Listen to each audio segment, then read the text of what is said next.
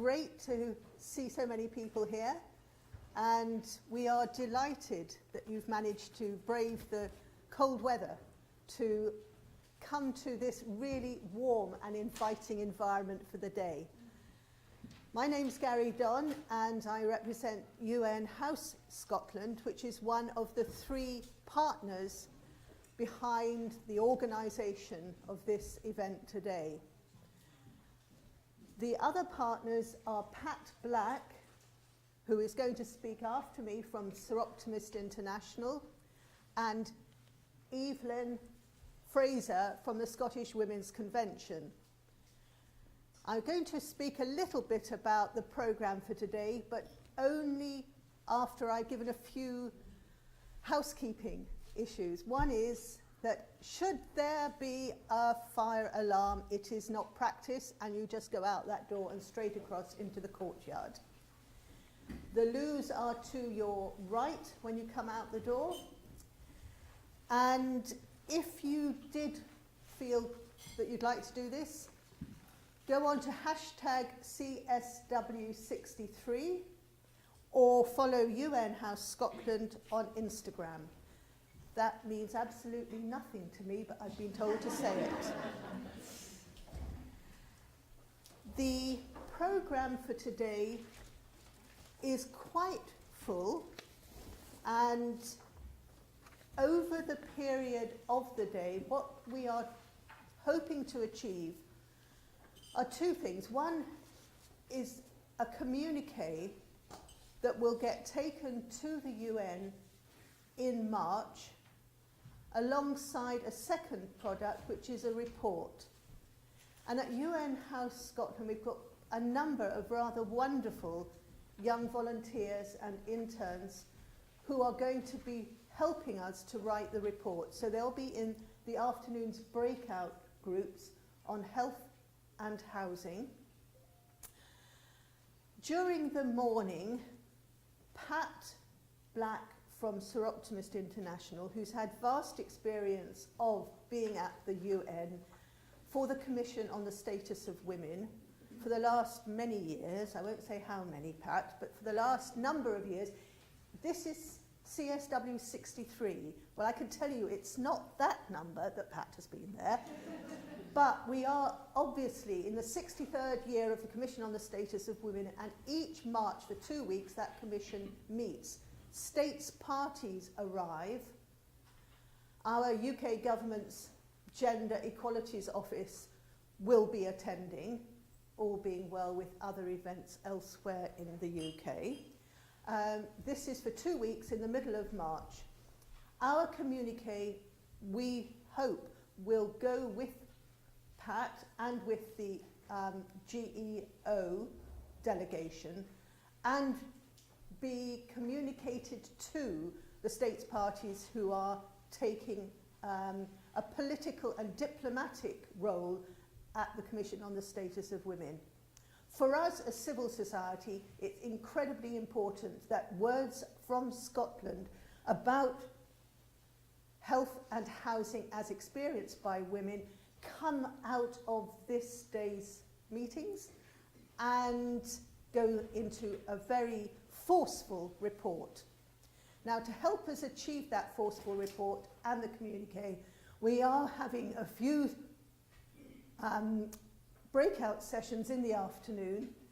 Pat and Dorothea are going to be trawling the morning sessions and the afternoon sessions to help us create a communique online as we are going along. So at the end of the day, we should have our communique that everyone agrees with that will go forward.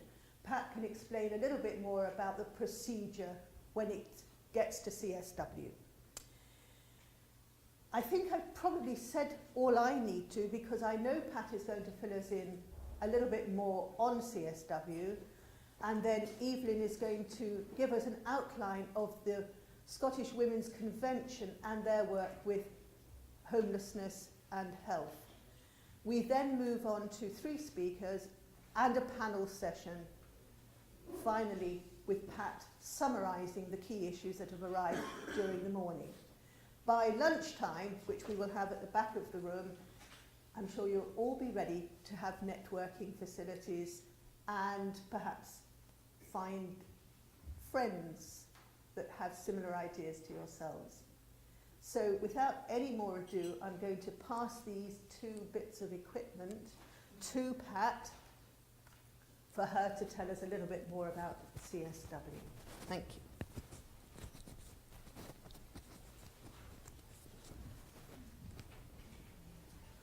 You hold these. No.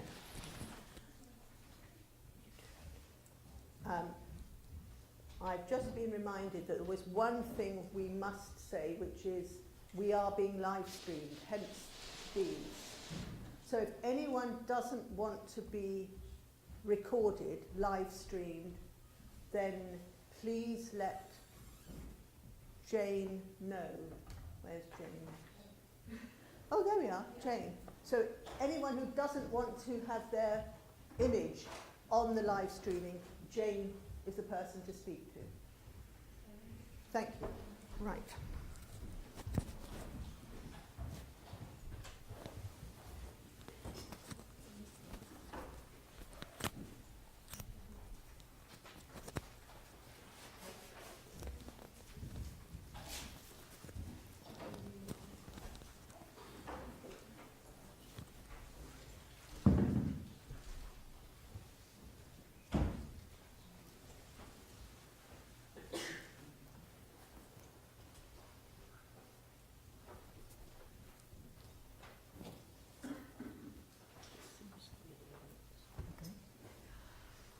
I hope that's okay for everybody. Yes? Can you hear? Right. Some of you will, of course, know what the Commission on the Status of Women is, CSW. Others may not. So for those of you who already know, this is just a quick reminder, because I've only got 5 minutes to go through this. So very quickly, Commission on the Status of Women is one of the oldest agencies, committees of the United Nations. As Gary said, 63 of them this year. Trying to make lives for women and girls much better through persuading member states' governments to change legislation, to move legislation on. It meets annually. Usually in the middle of March. It has varied between February and March, but usually these days in the middle of March and runs up to the end of March. It is important enough to report through the Economic and Social Council directly to the General Assembly of the United Nations. So it is a very, very significant part of the United Nations work.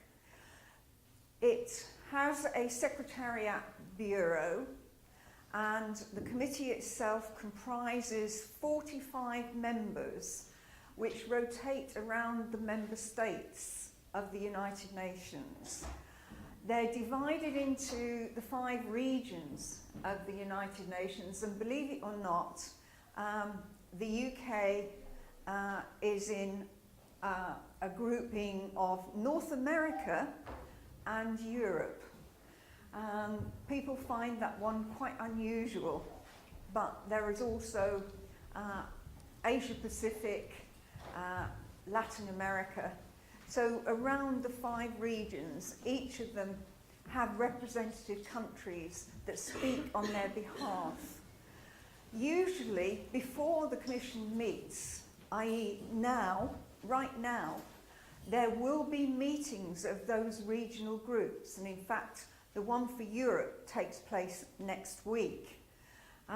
So there are regional groups meeting to talk about what they're going to agree on when they get to the Commission.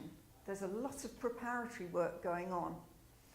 UN Women plays an important part. UN Women is one of the major agencies of the United Nations, and they play a major role in the Commission on the Status of Women. They provide the Secretariat, which means that they've got to rush around trying to help the member states to agree with each other. They have facilitators to help them. There is a main lead facilitator, plus a number, probably about 4, who help to oil the wheels of the negotiations. And they work as much as they can with these regional groups beforehand to see where there are possibilities of agreement. And you can imagine that is a thankless task, because as far as women and girls are concerned, there is a huge range of political opinion around the globe. CSW actually has a formal role. It is written down that they have to make things better for women and girls through one of these activities. They look at what is happening around the globe, and they produce regular reports which show whether member states are making progress in improving gender equality. They actually are responsible for monitoring Sustainable Development Goal 5, which, as you know, is gender equality. So they have a very significant role in looking at the 2030 agenda. They have also been given the role of looking at the Beijing Platform for Action. And we are coming up for 25 years on from that huge conference in Beijing. And looking at what came out of that, the decisions of that conference, there is still a very, very long way to go in achieving gender equality for women and girls in a whole range of areas.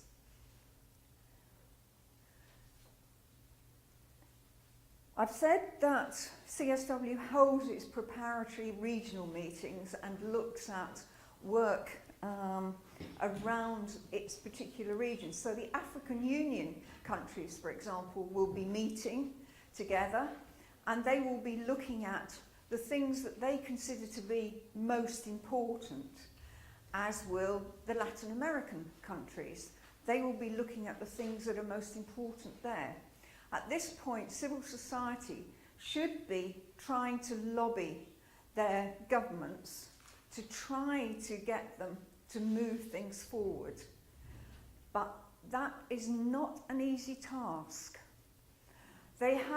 UN Women has set up a number of expert groups, and if you go onto UN Women CSW site, you will see their reports.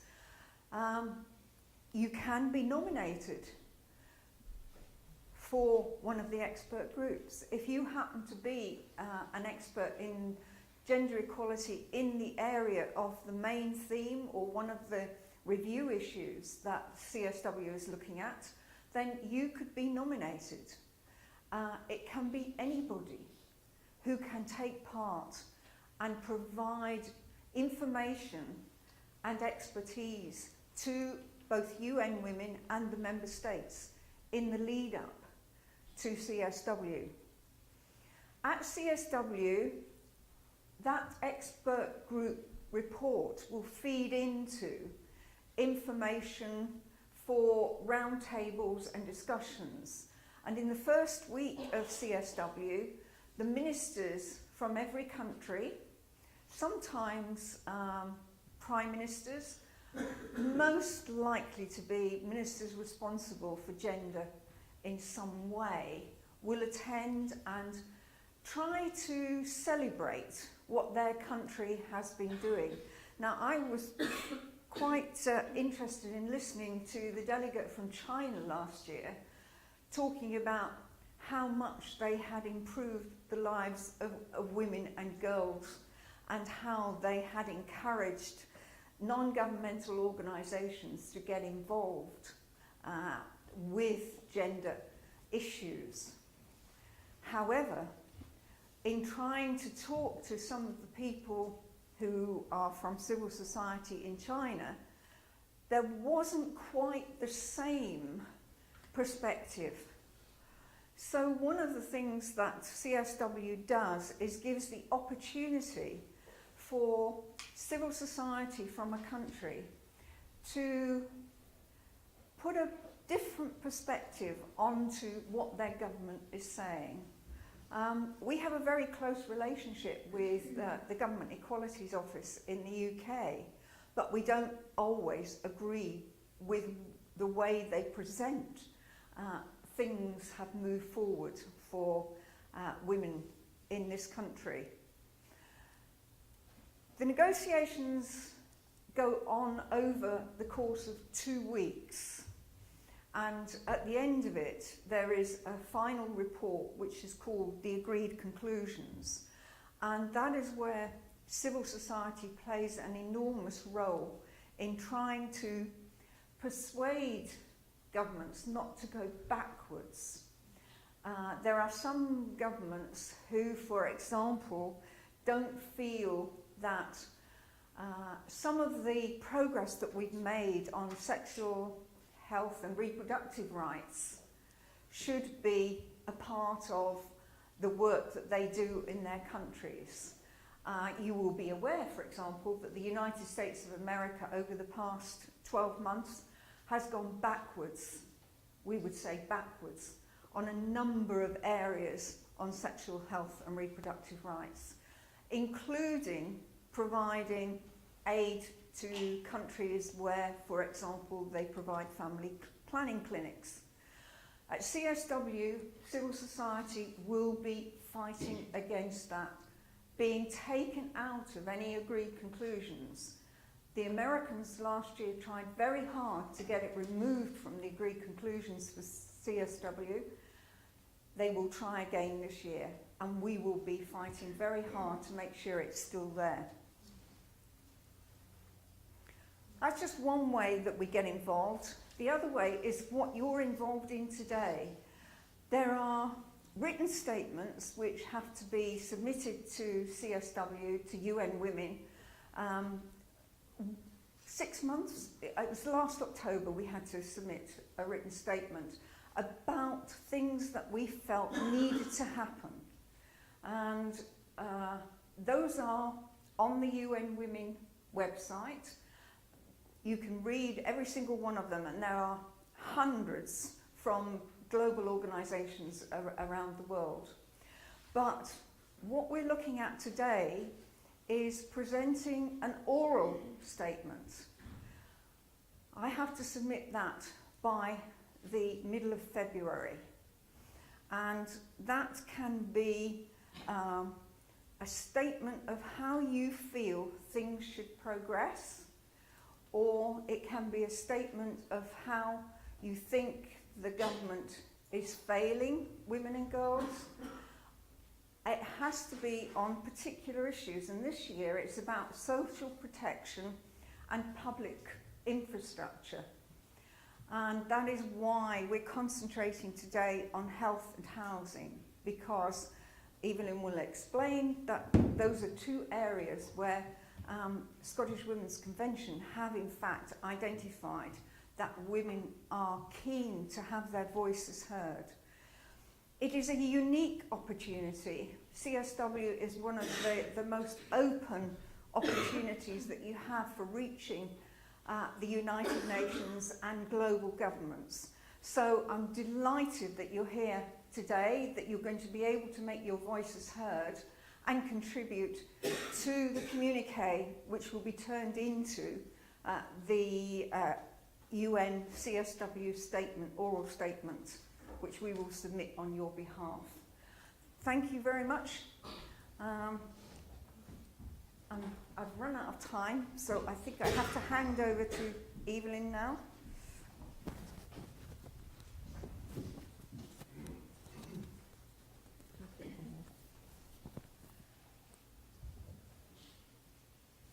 You're free. Not quite sure what you're going to do with those. Just to hold them.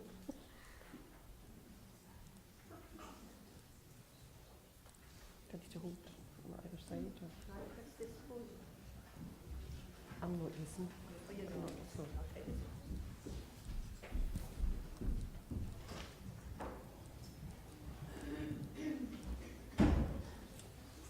morning. As has already been said, my name's Evelyn Fraser. I'm the Development Manager of the Scottish Women's Convention. We're an organisation funded by the Scottish Government to consult with women throughout Scotland and use their voices to influence policy. And we do that in a number of ways. We hold roadshow programmes throughout Scotland where we go out into communities, meet with local women, discuss local issues. We hold thematic conferences where we talk about pertinent issues, we bring women together. And we also hold celebratory events. So our big event every year is an International Women's Day event, which is held in the Parliament on the Saturday nearest the 8th of March. But today I'm here to talk about the work that we've been doing around health and housing for women in Scotland. As an organisation, about a year ago we started looking at women's health issues and priorities for women. We put out a survey and asked women for their views on health provision in Scotland for women issues. And a lot of respondents came back, and we also spoke to health professionals working on women's issues, and we decided to focus on 4 areas of women's health. Now that was breast and cervical cancer prevention and care, thyroid issues for women, and mental health, as well as mesh implants. Now we spoke in round tables to groups of women who had experience of each of these health issues, asked for their views on what information was available prior to their diagnosis, what support was there as they were going through any treatment, and what was available for them after they had finished their treatment and gone on to go back into their normal life. This all culminated in a conference in the summer of last year where women came together to talk about what they needed as part of the health conversation. And most of the things that came out, particularly around these 4 areas, were that women are looking for more information from the start of their diagnosis or their concerns about their health.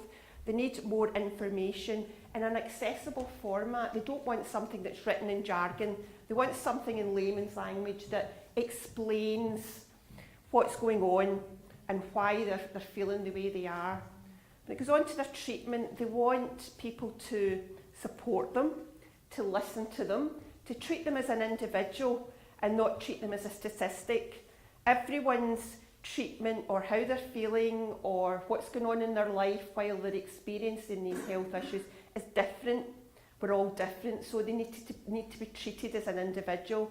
So going forward, they would like professionals, family, support mechanisms to listen to them and not just kind of put them off with, oh, you're fine, or that doesn't, that happens to everybody, or something like that. This is a serious issue for women, and they've got other things going on in their life which they have to deal with, so they need a wee bit extra support. After they've gone through the whole process and come out the other side and are back to normal health, they want to get back into society. They don't want people dwelling on their health issues. They want to get back to normal. They want people to support them to get back into normal working, social, family life. So these are the priorities that we put forward to the Scottish Government as part of our health report. And I brought some copies today, which please feel free to take away with you. So on health, those were the priorities, and I hope maybe this afternoon we'll discuss those in a wee bit more detail. So with the health, we're still doing a bit of work on that. We've actually got a conference tomorrow in Glasgow where we're talking about the menopause. That was another big issue that came out of the survey, which we didn't have time to go into last year when we were doing the conference. So we decided to hold a separate conference on that, because it came through that women, a lot of women are frightened, have different experiences of the menopause, and it's something that every woman will have to go through at some point in her life. So we have over 160 women registered for a conference tomorrow, and we'll produce a report of that, and it'll be on our website in the next couple of weeks if you want to access that. Our next piece of work that we looked at, and this was in response to someone coming to us and asking about statistics around women in housing. And when we looked at it, there's very headline statistics about the number of houses that are going to be built, the amount of money that's been put into social housing, statistics around homelessness, but none of those are broken down into gender. There's nothing there that says what's actually happening to women. So we decided to explore this in a bit more detail, and we held a conference last summer launching this research into women and housing. We had a number of speakers along. Lorraine, who's going to speak to you later on, was one of our speakers.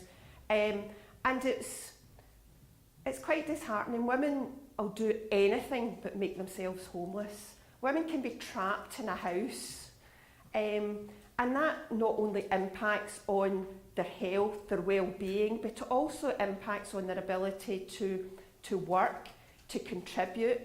It impacts on their family life.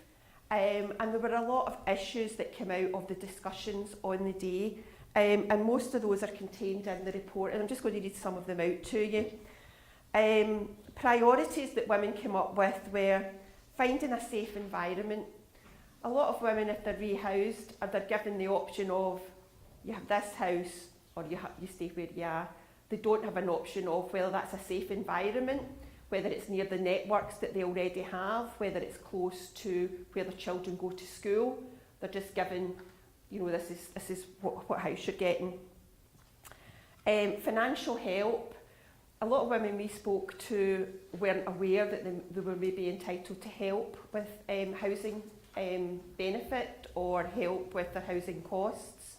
And a lot of that is down to cutbacks in local areas. As we tour around Scotland, we hear of services that are being cut due to local authority cutbacks, and that can be a lot of support services that help people with welfare benefits or help them with financial advice or debt advice. These seems to be the services that are being cut. So women are looking for more financial help. There should be joined up work for women experiencing homelessness. There was talk about, you're kind of pushed from pillar to post. There's no joined up work. Lorraine's project is absolutely fantastic, and they help people right through the process, and once they have a house they support them after that as well. But that's not throughout the whole of Scotland, and it's very sporadic, particularly in rural areas where it's very difficult to get a house and get support. More affordable and accessible social housing. As I said earlier, we hear of all these headline figures about the government are putting so many millions into building social housing, and there's going to be so many houses built by 2020. But where are those houses actually going to be? Are they going to be where they're needed, or are they going to be where people bid to get the money to build them? Are they what the communities need, or are they what decision makers are making decisions on behalf of other people? They're not listening to the people who are actually in need. So we need to look at that a wee bit more. And review of the process of temporary accommodation to settle women and children who are refugees. We've spoken to women. We did a round table with asylum seekers and refugees, and it's heartbreaking stories of the women who've been pushed about, who've come to this country looking for a wee bit of support and have been pushed about from pillar to post, put in dreadful housing with no support, no money, no facilities, or put in a bed and breakfast where all there is a room. There's not even anywhere where you can cook your child a meal. There's nowhere for the children to play. There seems to be quite a kind of disperse there of support for women who, in a time of need, should be given a wee bit more help.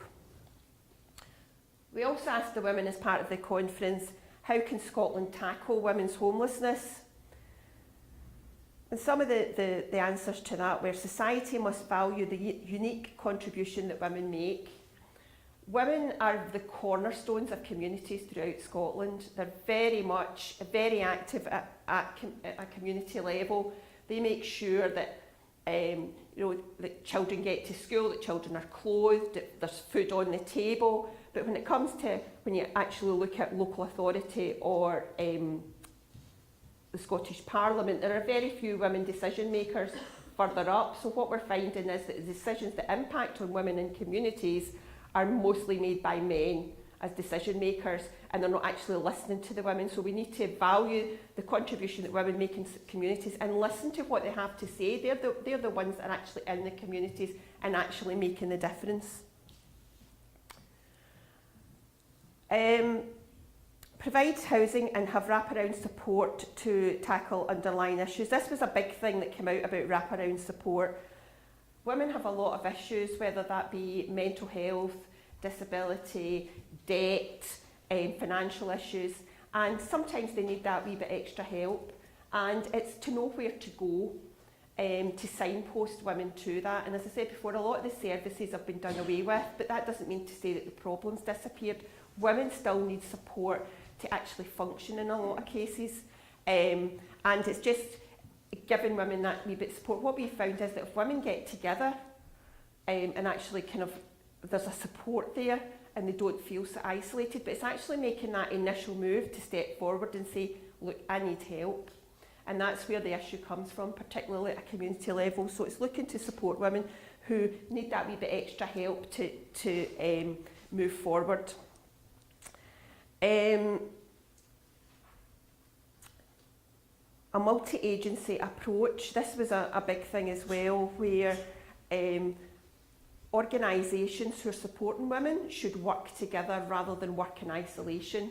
You know, if a woman presents as homeless, she's given a house and then told, well, you'll need to go to this other place to get information about how to get furniture, how to get a crisis loan or whatever. You'll need to go to this other place.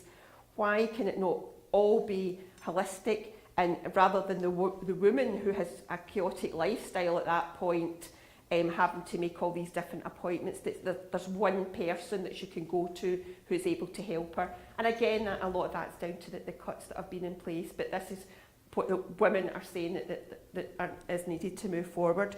So these are just a few of the issues that have come out of the discussions that the SWC's already had. I hope this afternoon, as part of your discussions, you'll come up with others, or maybe add to this list that we already have.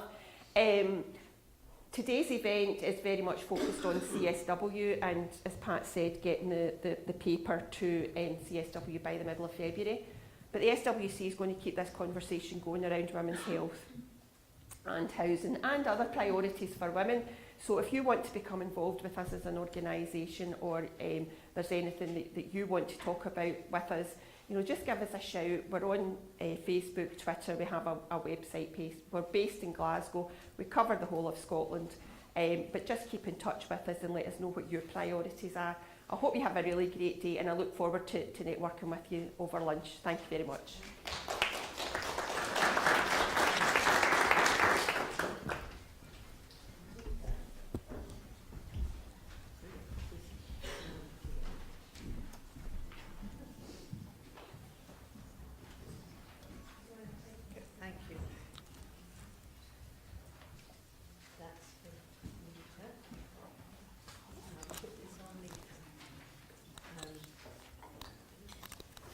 I'll just speak like this at the moment. Thank you very much, Pat and Evelyn, for giving us that excellent background to why we're here today and what we're hoping to achieve.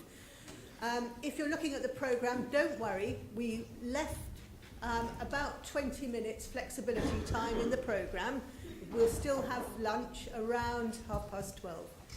I'm delighted now to welcome Lita Kearney. Lita has been an associate of UN House Scotland for a number of years, and when she was writing her PhD on global health policy, Lita and I had many interesting discussions, one of which was that she became very aware in the writing of the PhD at how little girls and women actually knew about their bodies, and in the creation of that question, how do we encourage more information for young women and girls, Lita amazingly created firstperiod.com as a website to help. Now, I'm not going to say any more than that, Lita, other than you are quite an amazing young woman who's been supported by the Royal Society of Edinburgh and is taking forward a project of an organisation called Kalitasha. So I welcome Lita and thank you very much for coming. I'm going to put this on you. Both. Thank you. One is to speak to the room and one is to speak to live streaming. Okay, so I'll try not to drop them.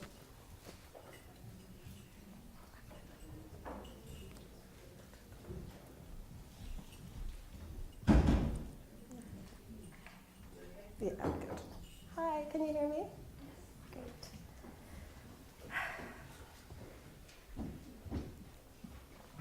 Okay, good morning. Thank you very much for having me speak to you today. Thank you very much, Gary, for inviting me.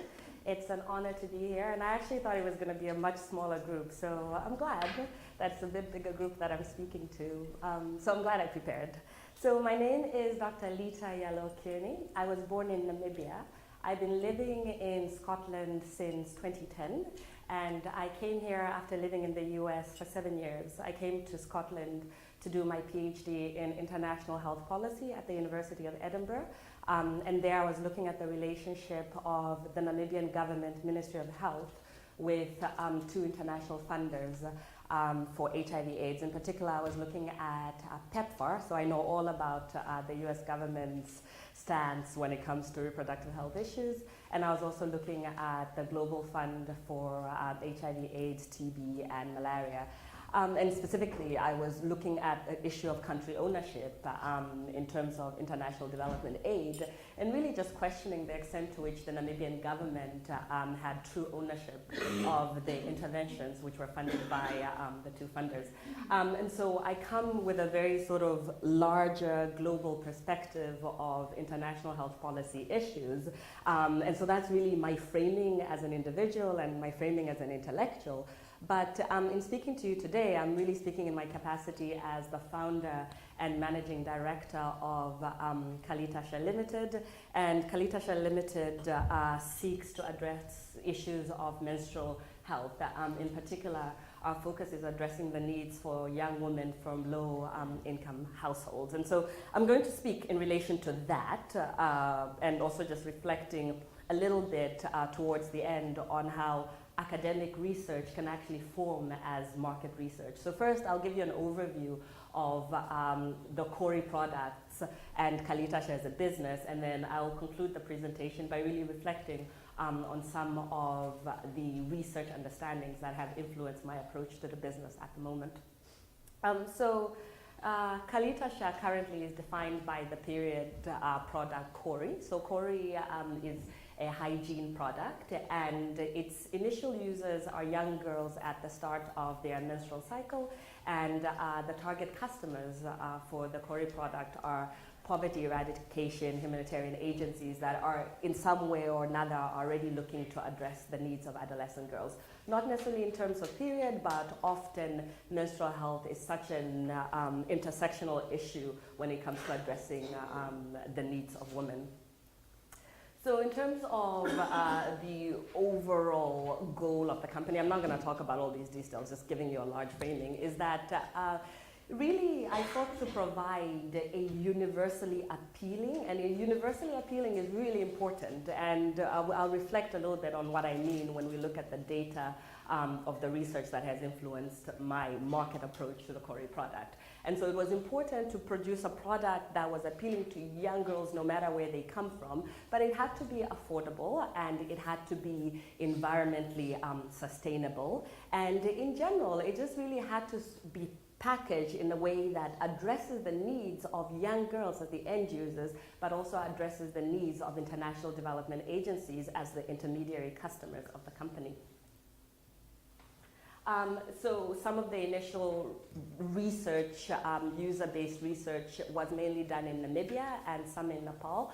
but I was able to do field research and speak to young women in 2014 and 2015 because I was doing a one-year fellowship that was funded by the Royal Society of Edinburgh and Scottish Enterprise. And if any of you are thinking of looking to start a business, particularly if you're associated with the University of Edinburgh, this is a great funding opportunity. It was a one-year fellowship that provided me with monthly business training, as well as it gave a grant that allowed me to develop the business further. And that really laid the groundwork for me as an individual to start a business, just because of the amazing entrepreneurial Scottish environment that has supported me. And I always have to say this, that Scotland is amazing, because I feel that I've always really been judged on the merits of my work and my passion, and there are a lot of opportunities that I've been given from an entrepreneurial perspective that I wouldn't have known that were there, and I wouldn't have known that were necessarily accessible to me,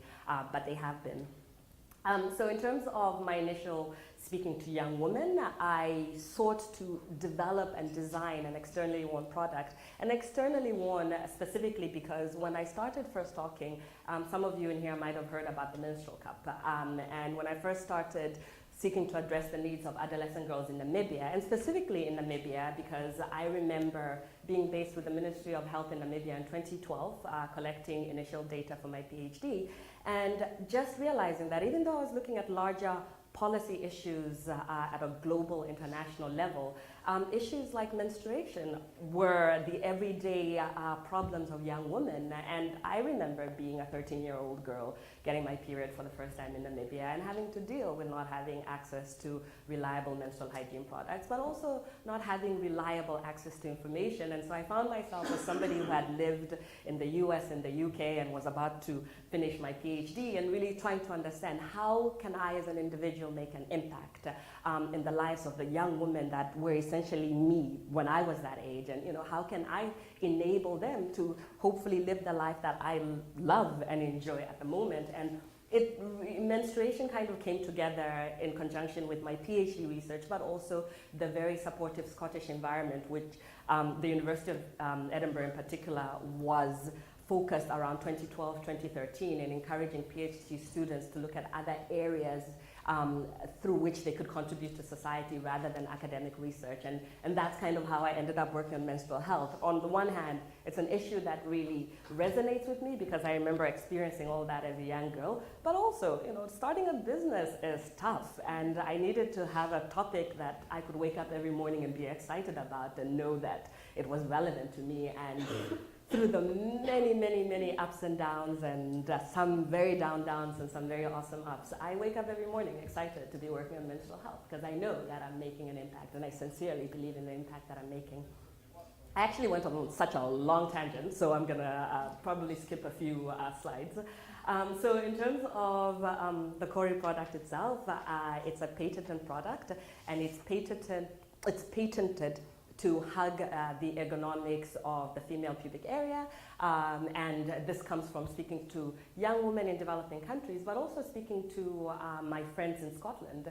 And one of the things they said is that externally worn pads that are disposable, the biggest fallacy in the menstrual health market is those sticky wings that are supposed to stick to your underwear. They never do, and so they shift around. And so the first thing that a woman does when she gets out of bed or when she gets up of a chair is to check if there's been leakage on the chair. And so that's kind of what I sought to solve, both the physical as well as the psychological fear that comes from not really knowing where your physical product is. And so that's the Cori shell and Cori pad. And so going back again to that concept of universality, so as much as the product itself was aimed at young women from low-income backgrounds, it was important for me to design the product from the perspective of a universal woman. So I wanted a product that a young girl in Scotland from a wealthy family would happily use as a girl who lives in rural Kenya. We have one, rural Tanzania, and rural Ghana. Those are images of the products that were trialed in 7 different countries between September 2017 and April last year. So I spoke a little bit about this already, but just really looking at menstrual health as this issue that keeps on coming up a lot in the international development sector. But for some reason, everybody acts like it's a surprise, you know.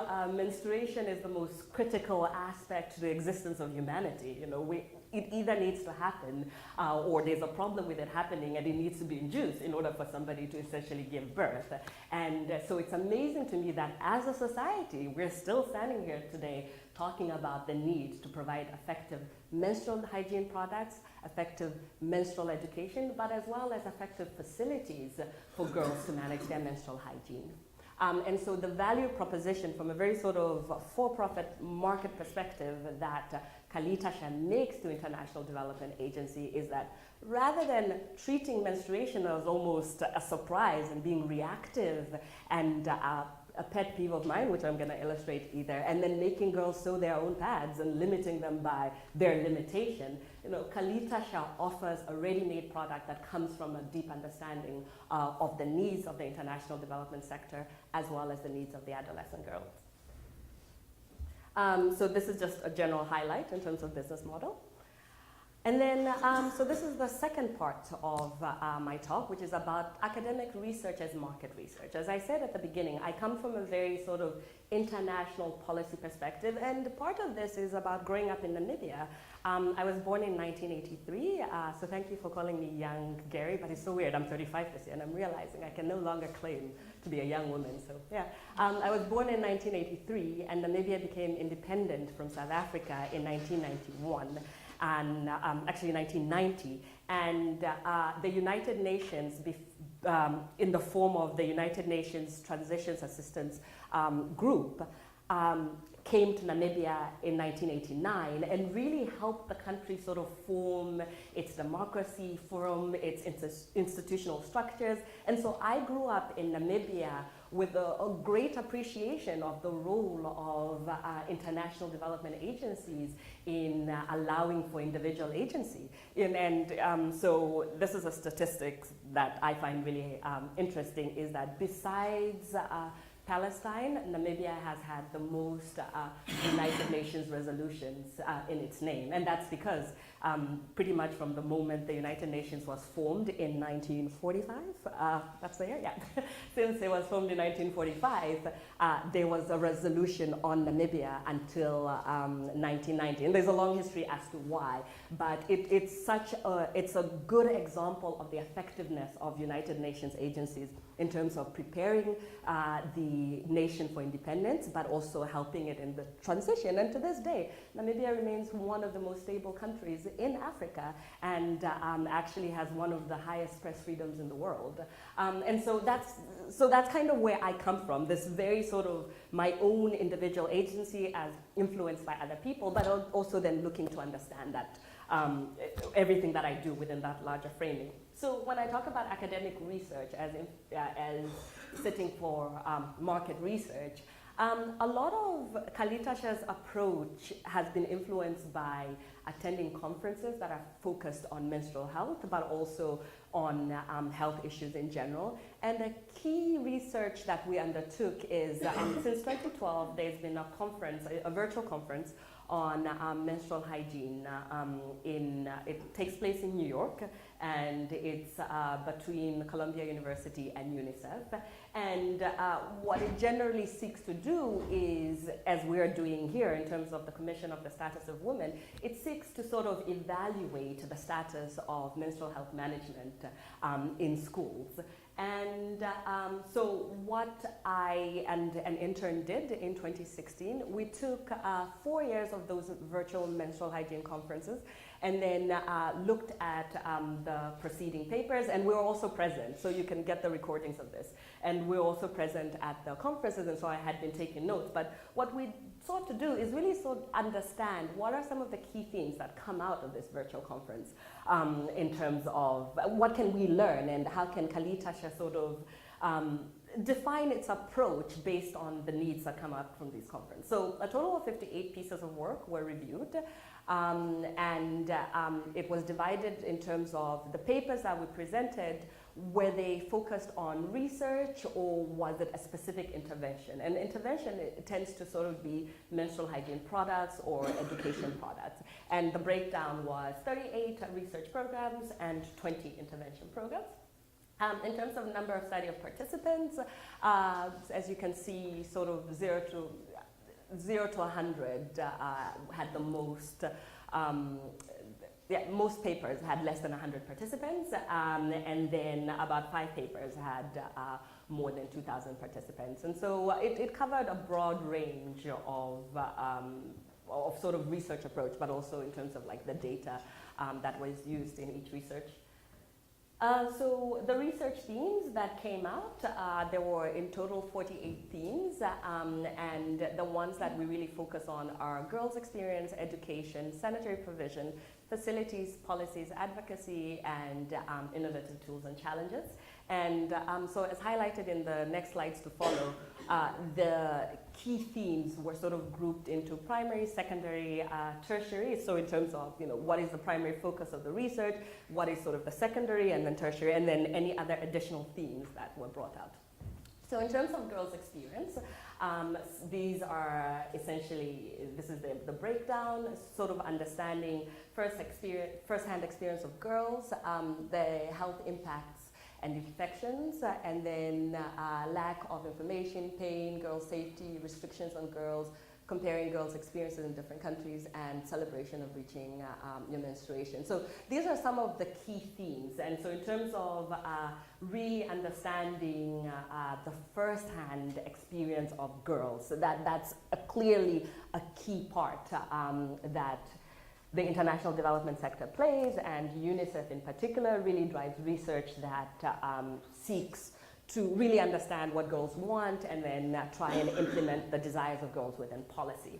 And in terms of education, some of the key themes that came out are, training of teachers, if that's one of the interventions that was implemented, and that tends to be quite a common intervention when it comes to menstrual health issues, but that has its sustainability issues because teachers often move on.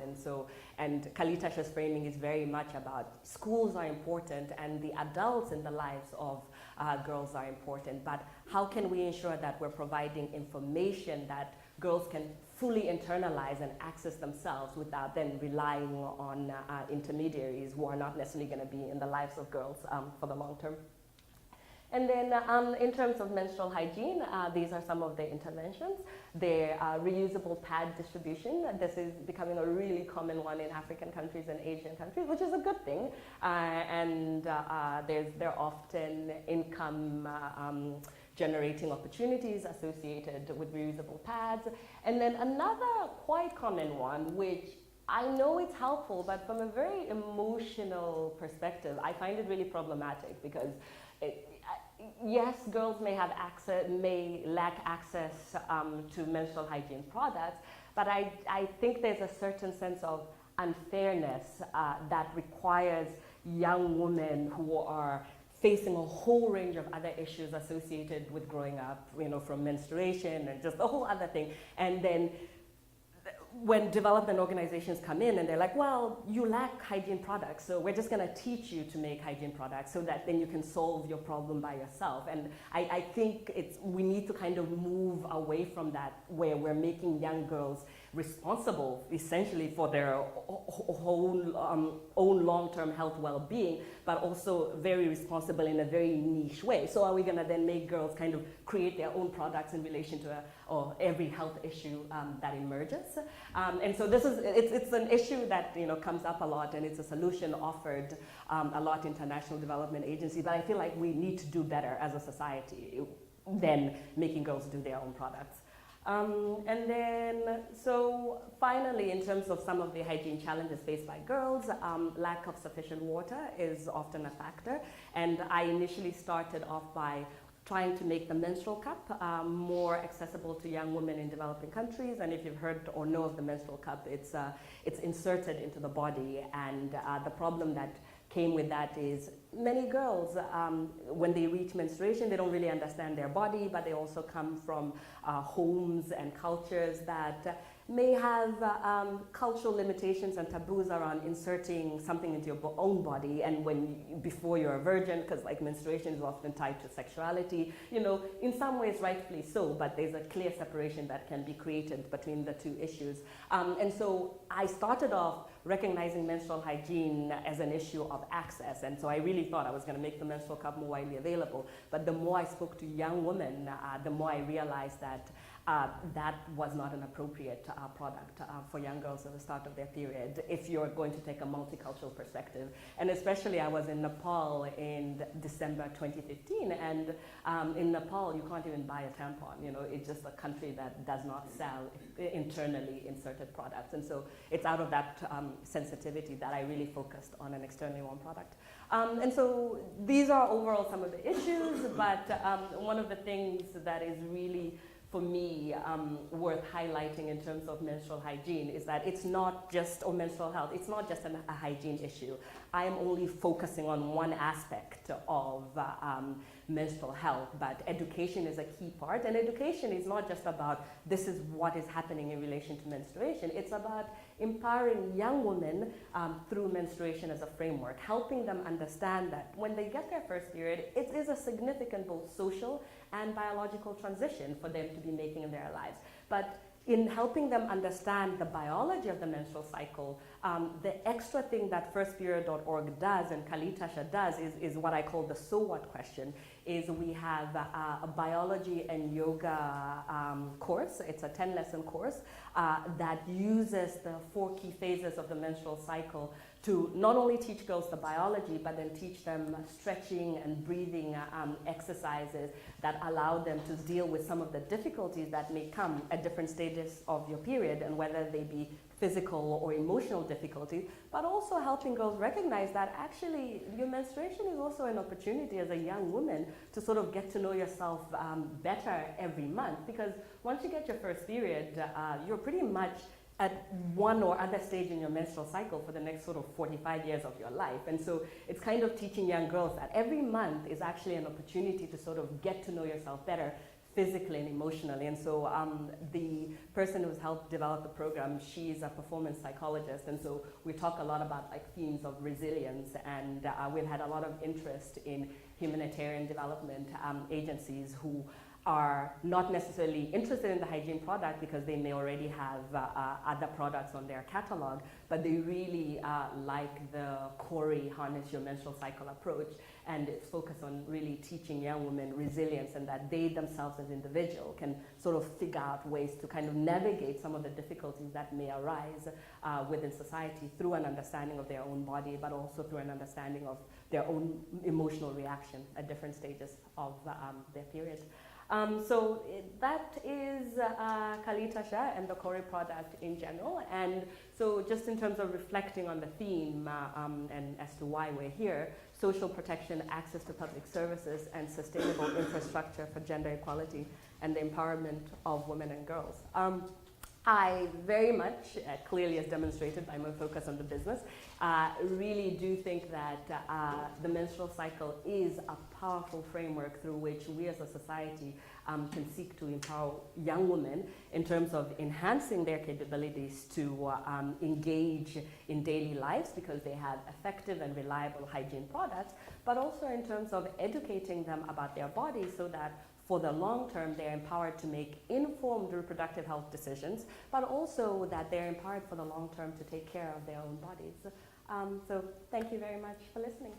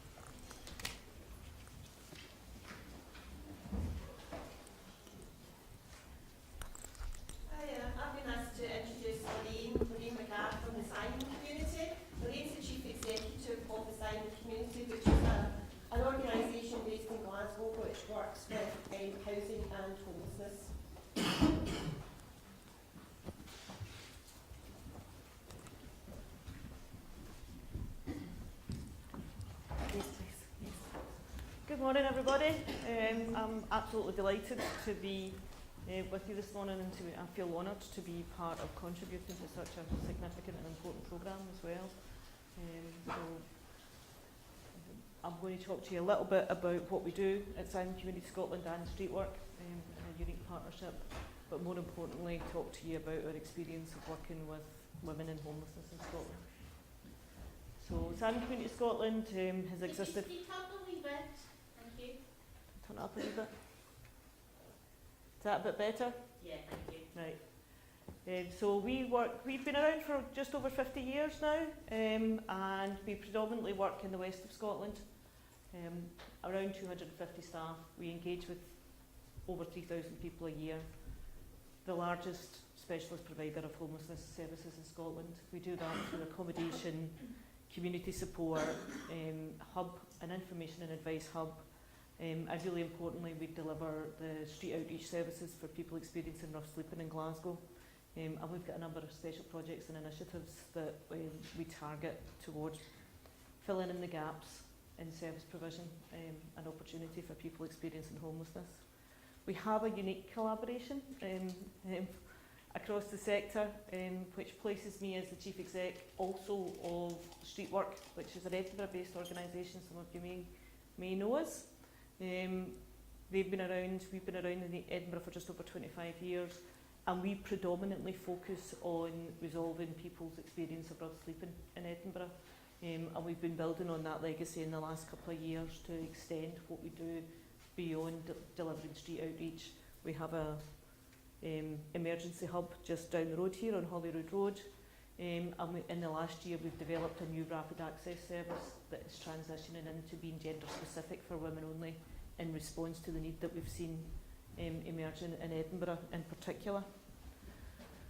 Can I ask you a few questions just to get some audience participation, if you don't mind? So if we look at women in homelessness, the average life expectancy in the UK is 81. That should say ABC. Spot the obvious mistake. So, so how many votes for A? 43. How many votes for A? 53. How many votes for 63? The answer's 43. And that's for women that experience early death, premature ageing, and significant health inequalities and ill health, both leading up to their experience of homelessness, but also as a result of their experience of homelessness. I'm not quite sure how that happened, but there you go. Cut and paste, I suppose. If you're homeless, you're more likely to be a victim of theft by votes for 17 times more likely, 27 times more likely, 47 times more likely. Yep.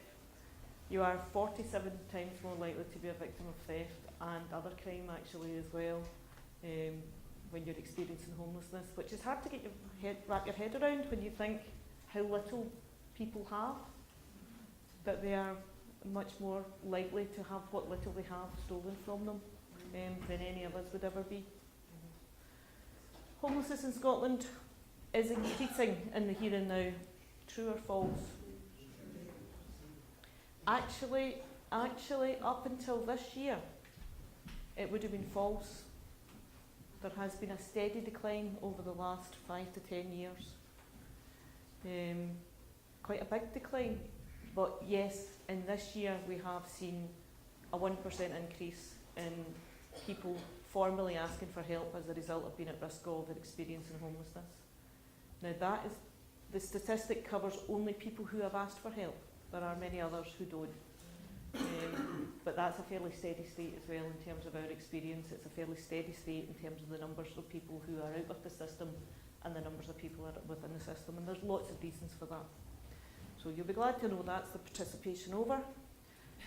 But just some more detail on homelessness in Scotland. So, close to 1 in 10 of the population will experience or be at risk of homelessness in Scotland over the course of any 1 year. It is mostly single people, mostly single adult males, with 30% of them being women. Relationship breakdown remains the single biggest reason for people experiencing homelessness, which again I think is one of those myths people assume is addiction, people assume is mental health. They come a close second, particularly in terms of mental health. It's by far the biggest issue, second issue that people have to their ruthlessness. We have around 80 people between the two cities, on average, on any given night, sleeping rough. Most of them are in Edinburgh, and the other areas in Scotland where we have particular issues is Aberdeen, Inverness. Most other cities and areas don't see a significant number of people experiencing rough sleeping. And anything between 10 and 20 women will be in that category at any given time. But there are many, many more people who we don't see, who are in just as unstable conditions and who are just as much at risk. We have thousands of people in temporary accommodation every night across the country. In Glasgow alone, that's 2,000 people in what would be considered a safe place, because it's a roof and it's a bed, but that could be anything from a bed and breakfast, as Evelyn mentioned earlier, that we've got quite a number, anything around 200 people in Glasgow in bed and breakfast at any time. Here in Edinburgh it can be between 400 and 500 people in bed and breakfast accommodation, which is just a room with a bed. Some are better than others, but it's still not a stable, safe place to thrive, never mind exist. We believe at Simon Community that everybody should have a safe place to live, and we believe that because we know that half of all homelessness happens before someone's 21st birthday, that you're 13 times, along being 47 times more likely to experience theft, you're 13 times more likely to experience violence. For women, there's a 1 in 10 chance that you've been sexually assaulted in the previous year. If you match that against the general population, that is a massively disproportionate figure. The women have an average age of death of 43. You've got a 50-50 chance of having a long-term mental health issue. And one of the most striking statistics for me is that you will be 9 times more likely to take your own life, and something like 23 times more likely to attempt it, which is a massive hidden figure within homelessness. What you see in terms of the general population of homelessness, people perceive homelessness to be the extreme end of it, which is rough sleeping. But what we have in Scotland is a really effective intervention at the point of need that's called housing options. So what that means is that those who have accommodation need only are generally resolved at that point and don't cross into formal homelessness, and therefore don't become part of the grouping of people that the two organisations I represent support. What it also means is that those that do cross the line into formal homelessness and end up in need of our support have many, many shattered aspects to their life, their personality, their well-being. They've experienced a huge amount of harm. They're broken in many pieces, and in most cases that brokenness has started at quite an early age. Not just about homelessness, the homelessness comes at the end of that journey. You will often hear people say 2 paychecks away from being at risk of homelessness. That's probably true, but it's very unlikely that the vast majority of us, should we find ourselves in an unstable situation, will actually end up in receipt of support of an organisation like mine, or in the worst possible case on the street. And that's because most of us, that experience of homelessness is a single event. It's not wrapped up in a whole range of other harm and bad experiences and trauma that's built up to that point.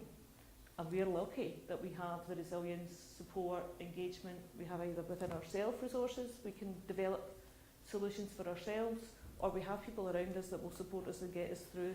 A friend to step in whatever, the people that we end up supporting and the people that you see as the most visible form of homelessness don't have those resources around them, and that is why once they step into the world of homelessness, that can quickly become chronic, because they have no personal resources. In fact, they have less than to resolve that homeless on their own, and they don't have the resources around them either, as luckily most of us do. In terms of our women's services, Simon Community Scotland are the largest specialist provider of services to women in Scotland, and possibly the UK. The experience of women in homelessness is a unique and challenging issue. There is much greater sense of vulnerability. Again, we heard earlier from the Scottish Women's Convention about talking to women about how unlikely they are to find themselves in homelessness, because there is a smaller but hidden population out there who are in very unsafe conditions. I've heard many women telling me that it's only in the most extreme circumstances that they would find themselves sleeping rough, because they don't have to. There is always the offer of shelter, the offer of a bed, but at a price. And many, many women find themselves caught up in those situations, keeping a roof over their own head, or in more extreme cases, keeping a roof over their family's head at a huge daily price, a huge personal price, a huge psychological price, and a huge price to their physical health and well-being. But there are many of them out there right now in that situation, which is why I believe that figure of 20 to 30% of women in homelessness is a massive underrepresentation, because they're the ones that have reached the crisis point where they've had to ask for help. There are many more out there in unsafe conditions that haven't reached that point yet. It is characterised, as it is across homelessness, but even more so for women, about trauma and early childhood trauma, but more importantly re-traumatisation as an adult as well, that the abuse has continued to have its impact and be present in their lives as adults, and particularly during their experience of homelessness. Many of them have long-term health issues, a lot, quite often to do with reproductive health and menstrual health, but more often just the fact that they've neglected their own health, often in the interest of others and their children. Far too many are separated from their families and their children in particular, and have no hope of ever re-engaging with them. Our services are very much psychologically informed, and I'll talk a wee bit more about that in response to those trauma-based issues. And at the moment we've got support and rapid access accommodation for just over 60 women on any given night. We're about to increase that to closer to 100 in the coming year between the two cities. Such is the level of need, and such is the level of need of 24-hour gender-based interventions that really deal with the significant and unique and extra challenges that women in homelessness actually face.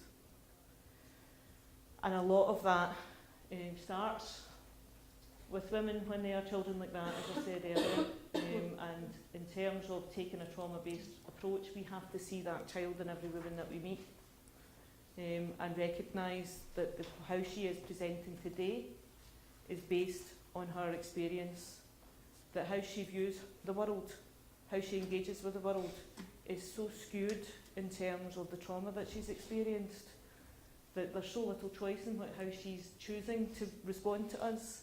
And we have women, many of them, they're not easy. In fact, they can be more challenging than men in many respects.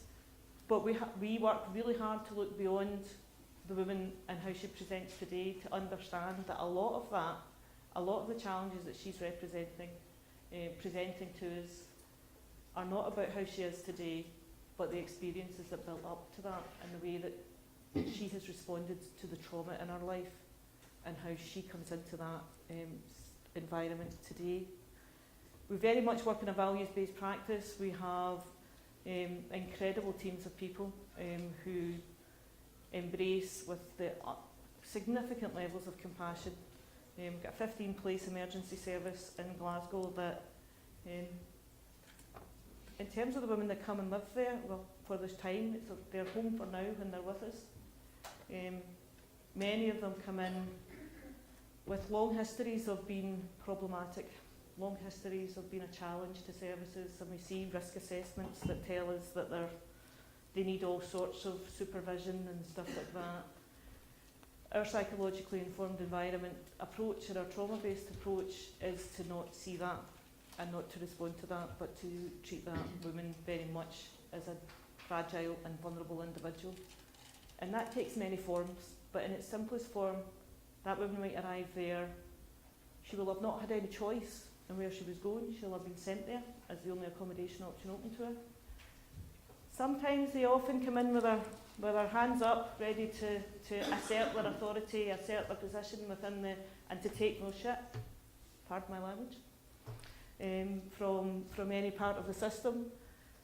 What we do at Govan Hill, what the girls do at Govan Hill, is introduce that lady to her room, and in her room she will find a welcome pack with everything that she needs to make herself feel comfortable. She may well only have arrived in what she's standing up in. She may have been wearing what she's wearing for many days. So the first thing we do is make sure that she's got access to a shower. There's a welcome pack there to give her everything that she needs, including menstrual supplies and clean pyjamas, clean underwear, new underwear, and the toiletries that she needs. Everything that she needs to make her stay as comfortable as it possibly can. And that's hers. She doesn't have to ask for anything anymore. She doesn't have to come and ask, is there shampoo, or is there, there's no items for her to ask. Quite often, that is the transformational point in the relationship between us and that woman, because she'll come back down from the room, not with her fists up, but with her arms out to say thanks. And the first thing she'll do is hug staff. And I've seen it over and over again, that a woman arrives ready to protect herself, and she comes back down, sometimes quite confused, saying, is this for me? Am I allowed to have this? But more often than not, just really, really grateful. And that changes the relationship and the nature of the engagement from our very first point of contact, and sets the tone of how we will engage with that woman on an ongoing basis. And that's why it is all in a feeling, and that underpins the psychologically informed approach and trauma-based approach that we take. Some of you will be ACE aware, I'm sure, in this ACE aware nation as we are now, which is adverse childhood experiences. So these are the kinds of elements of people that the women that we work with will have experienced, and most of the people that we work with will have 5, 6, 7, 8 of these in their background, which is why, we know all the evidence tells us that completely alters the way that those women will think, completely alters their decision-making processes, and completely alters the way that they will engage with support and care. And we work very hard to help the women understand that for themselves, and to build forward using all of their negative experiences to the positive, and to understand how incredibly resilient they have been to be still standing up and talking to us with all of that in their background. This is a piece of research that was launched last year. I would encourage you to look at it. I haven't put a link up actually, I've just realised. It was, if you Google health and homelessness, Andrew Waugh, W-A-U-G-H, it is an incredible data linkage piece of research that lets us see just how severe the health inequalities are between people who have ever experienced homeless, the ever homeless cohort. Even if you then take the most disadvantaged, the most deprived groups in Scotland, and more importantly the least deprived groups in Scotland. So this group here is the ever homeless. So this is people who have ever been recorded as homeless within the health system. And if you go down that line, you will see the comparison. I think the most striking comparison will be that one. So you're nearly 5 times more likely. It's quite an extreme. And these are all health inequalities that are exacerbated either by the experience that leads up to someone's homelessness or during homelessness, and in most cases it's worse for women than it is for men. The other striking piece of data from that research, and again, as a health and wellbeing agenda for women, I would encourage you to consider this in your conversations, is this is point of engagement before first homelessness assessment, and across all of these there's spikes. So we know that there's an opportunity contained within there that before someone's first homelessness presentation, they are remarkably more likely to have engaged with the health system in some way, right before it happened. Which in itself reinforces the health inequalities that people's experience and how big those health inequalities are as a contributing factor to homelessness. But also, each one of those health engagements is an opportunity to prevent homelessness. And to engage with that person, because we have them in our hands within the public sector and we have an opportunity. And now that we know that, we're able to do more. I'm probably rattling on too long, so I've spoke to you about psychologically informed environments. You will hear the term PI, you will hear PI informed, you'll hear about lots and lots of different variations of it. Fundamentally what it means is really understanding that trauma impacts on how people behave, and we could do something about that from the moment we meet them. We have, I'll just give you a small anecdote. We have we commission training for our frontline staff by a couple of psychologists, came in and developed a competency-based training. We recently trained a group of deep end GPs with our PI training, which wasn't designed for anybody else other than our frontline staff, to give them tools and equipment. Because there's lots of PI awareness and PI concepts training, but there isn't anything that says this is what it means for you, this is how you can be PI, this is how you can develop your practice on that basis. Our trainer, Jeananne, who described herself as a wee woman forgiven, was quite taken aback by the fact that she was standing in front of a group of GPs. And the deep end GPs are the GPs from the most deprived areas in Scotland, who come together to try and find solutions. But she watched over the course of the day as light bulbs went on in heads of the GPs, and they started talking not about their own practice, but about their receptionists, the way they answer the phone, the way they engage with people as they walk through the door, the waiting room environments, the way that they call people for appointments.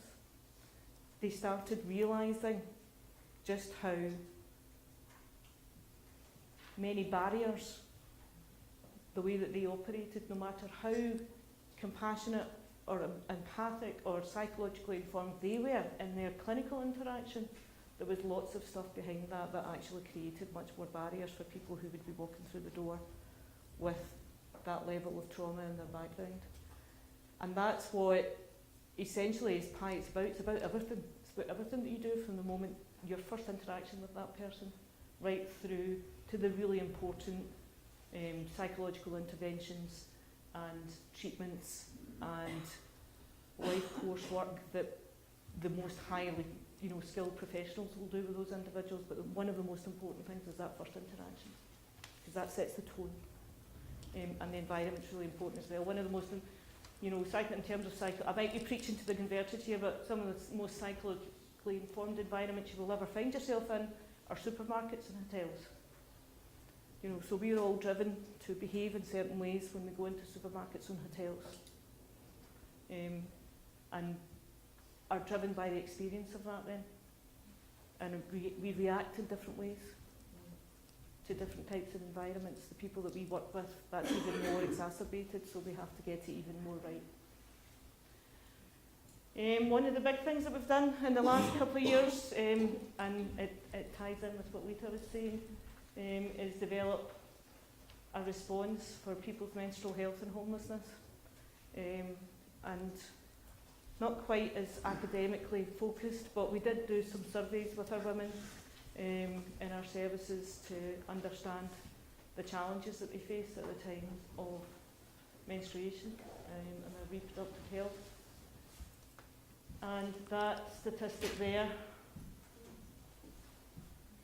and when you think that most of our women will be over 35, and 70% of the women that we talked to did not know what was happening in their body.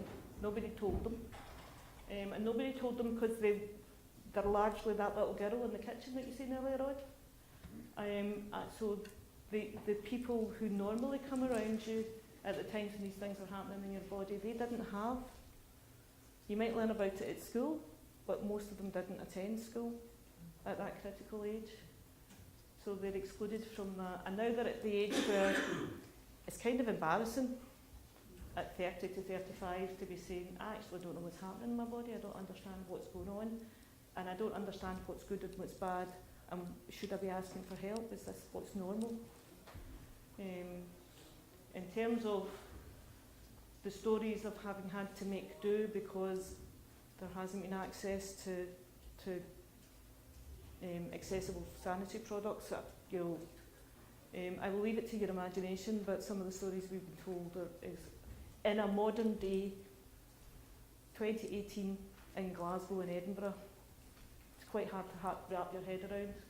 So that's why we chose to not just provide, we'd always provided free access to feminine hygiene products, but we've gone a step further and we have period-friendly points, and it's a volunteer-based approach where volunteers support us to have period-friendly points in the most accessible places for homeless women across the cities and across Scotland growing, and access to advice and support as well if they need to. And the period-friendly points don't just have feminine hygiene products in them, but they have new underwear that the women can take away, and other supplies that help them look after their feminine health. And in addition to that, we've got a number of other initiatives. We've got guys out on the bikes in Glasgow, reaching wider and reaching further, and being an advanced guard. They're like our kind of homelessness paramedics. We were constantly working to find new ways to engage with people. We've launched last year, both in Glasgow and Edinburgh, a phone charger provision, because sometimes we would give people phones so that we could keep in contact with them, but then they would run out of charge and they'd have no access to that. So again, simple measures can help us, because then the opportunity comes up to be accommodated and we need to find that person. So being able for them to be able to keep their phone charged is really important. So we have a scheme where we charge the small pocket chargers, we will give it to a service user, they swap it back with any member of the team when that charges out, and they'll get a new one. So there's a kind of cycle in the exchange process. And we're just celebrating our first anniversary of our Night Stop programme in Glasgow, and Night Stop is aimed at young people. We've accommodated just over 100 nights in the last 7 months. And Night Stop's really simple. It's people like you with a spare room. You do have a Night Stop programme in Edinburgh. It's run by the Rock Trust. It's people with a spare room who receive the appropriate vetting and training. It's a programme that's been running for decades in the UK. For some reason it hasn't taken off the big time in Scotland, but we're hoping that that's going to change. And it offers a place of sanctuary and support for a young person in crisis while we work out what to do best. And in the vast majority of cases, that work out what to do best involves them going back home because they've had that moment of time and some mediation support to resolve that issue. Was that not in place, the most likely thing that would happen is they would roll into the homelessness services, and once you're across the line into a homeless service, the likelihood of you going home reduces dramatically as a young person. And that's particularly important for young women, because young women are additionally vulnerable to exploitation. They're additionally vulnerable to finding themselves accepting an offer of a safe place that's safe for 1 or 2 nights, but very quickly descends into unsafe, exploitative and harmful, that takes them down a further line of harm, trauma and exploitation. And I'm finishing on, I've worked in homelessness and mental health now for more years than I want to remember, but the thing that I would say about my experience of my 6 years with Time Community is I want to finish on the point of People are amazing. The people we support, engage with, many of whom are in the worst possible circumstances of their lives, and you hear their stories and you think, I don't know how you're standing up. I can't imagine how I would even cope with a fraction of what you've been through.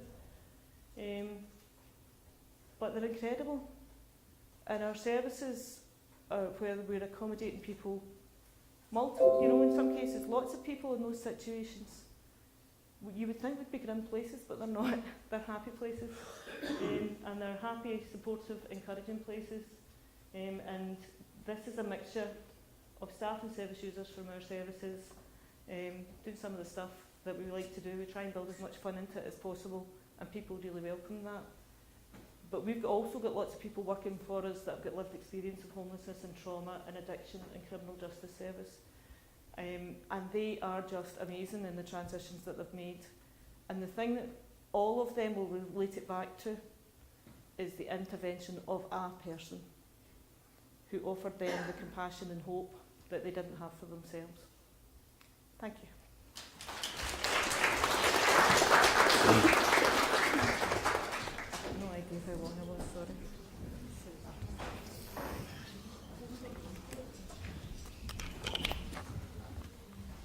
Thank you very much, Lorraine. And I'm going to suggest we move immediately to Alistair from Hope for Justice. Alistair is the Training and Development Officer for Hope for Justice, an organisation dealing with exploitation and human trafficking, and the impact that has on, obviously, women's homelessness, amongst other things. I'm aware that, Lorraine, you might have to race off, might you, at 5:30.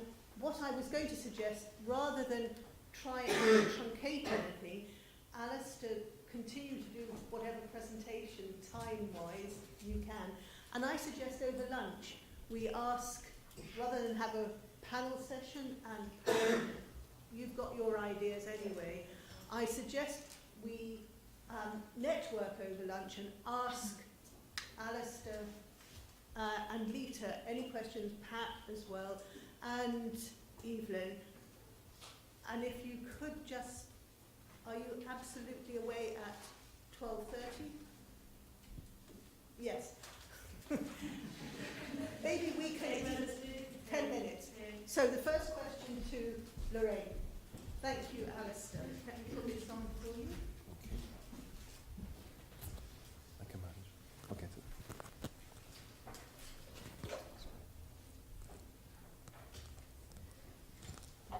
Yeah, that's great.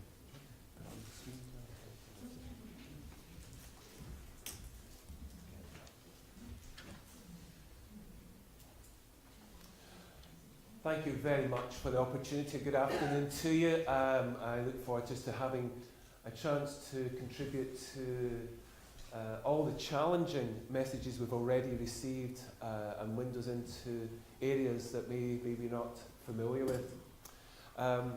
Hope for Justice is here to change lives and end slavery, and we are wanting to unpack just our experience of the housing issues for victims of human trafficking in regards to England and Cambodia, and to then explore that with regards to our discussions later on today.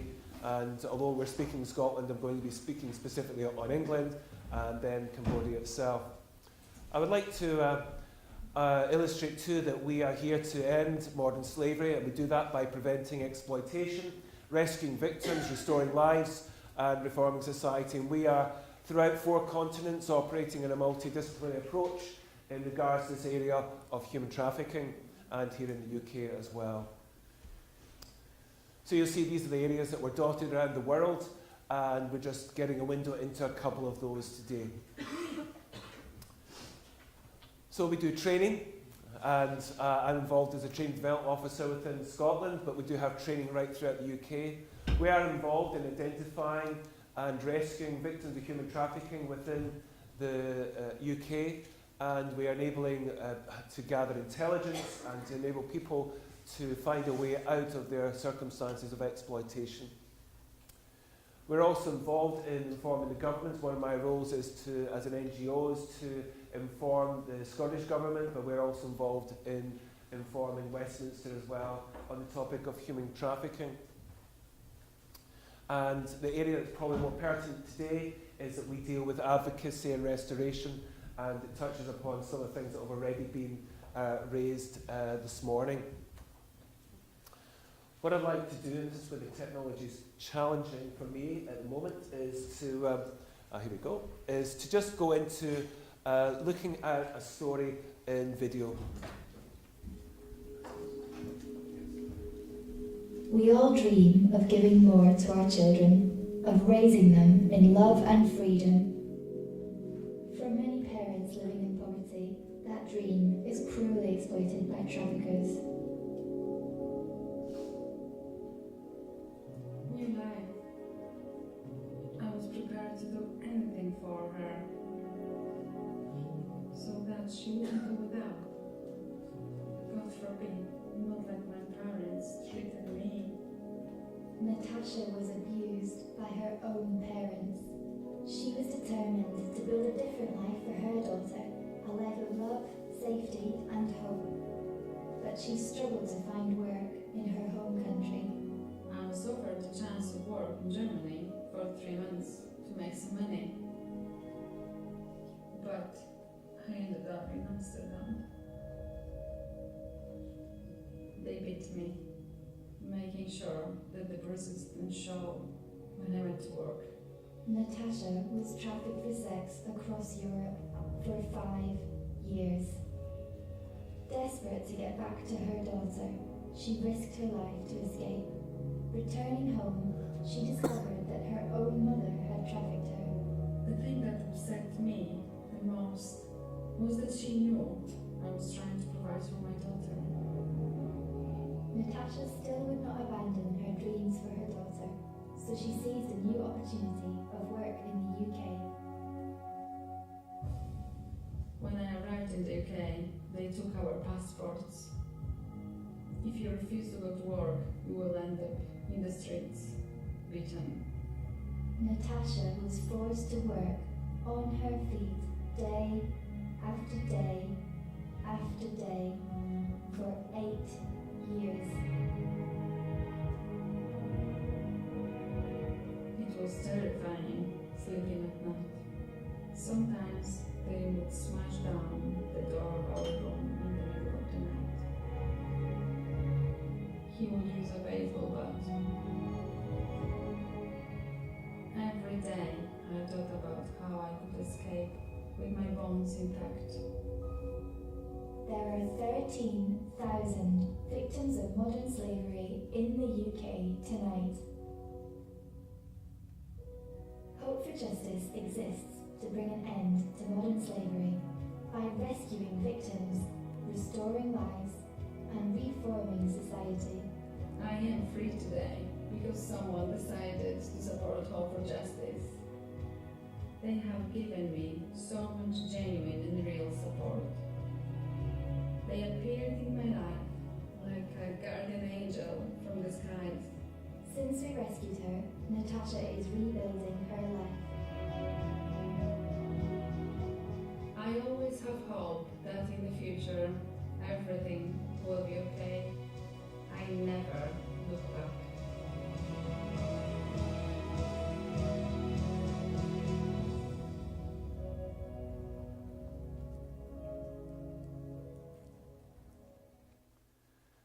I think it's important to touch upon people's human stories and to see that through their personal accounts. One of the challenges we face is that policies and procedures have a real impact upon people.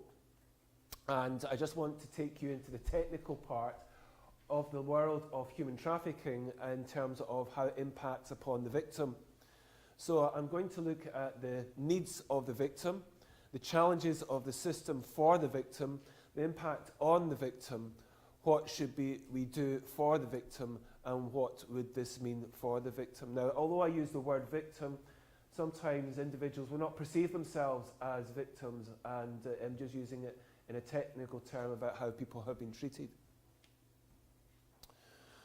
One of the things that's really valuable to take into account in terms of victim needs is that you will have, as you see in the black here, the particular personal and social needs that take place.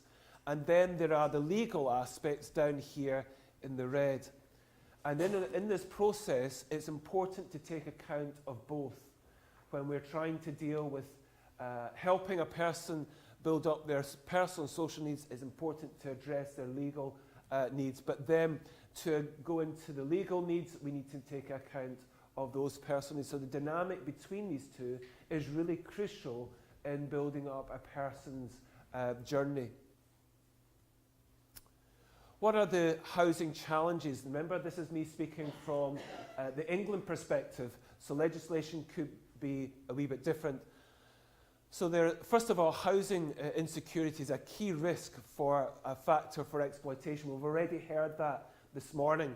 And then housing services, statutory and NGOs do not always recognise potential victims. And I'm talking about that in human trafficking terms. And then identified victims who are not immediately provided with safe accommodation can be at the greatest risk. So therefore, sometimes the technical term NRM is the National Referral Mechanism. Basically, that's a victim identification process that's provided by the government and it's a consented process for adults, no consent required for children or minors under the age of 18. So there's no guarantee that they'll get this support. So even though they're identified as a victim, that does not match up with the support that they will receive. So the NRM is purely a descriptor of what's happened to them. No legal requirements in England. It's different in Scotland. NRM is part of the Act. It's a legal aspect incorporated into that, but it's only policy within England.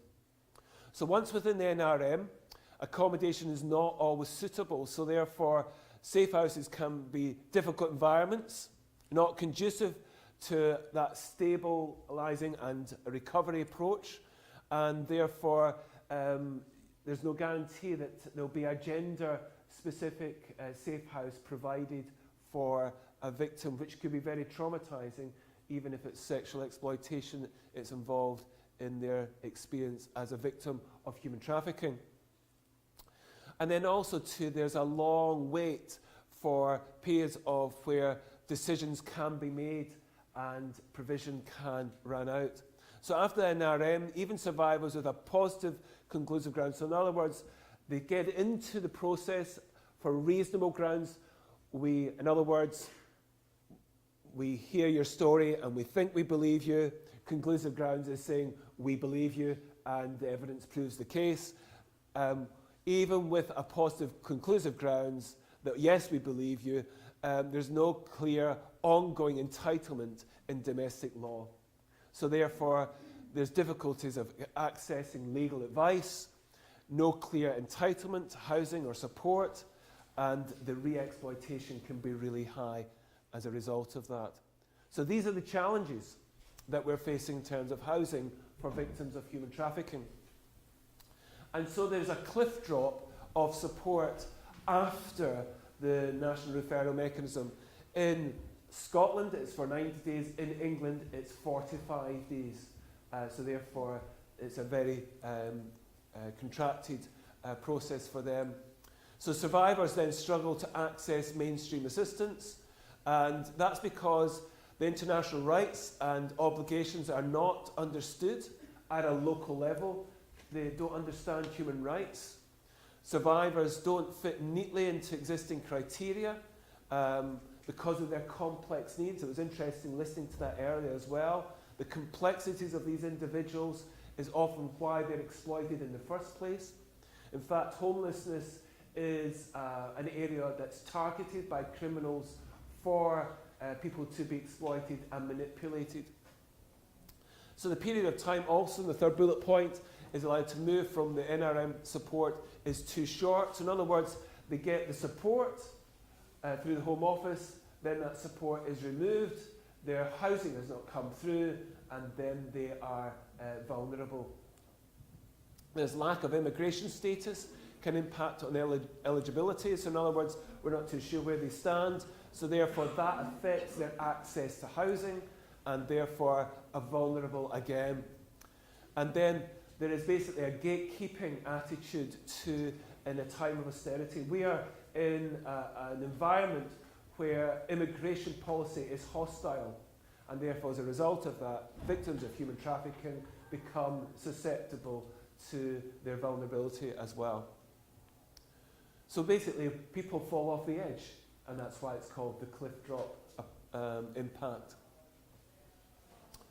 So what are the consequences of housing challenges for victims?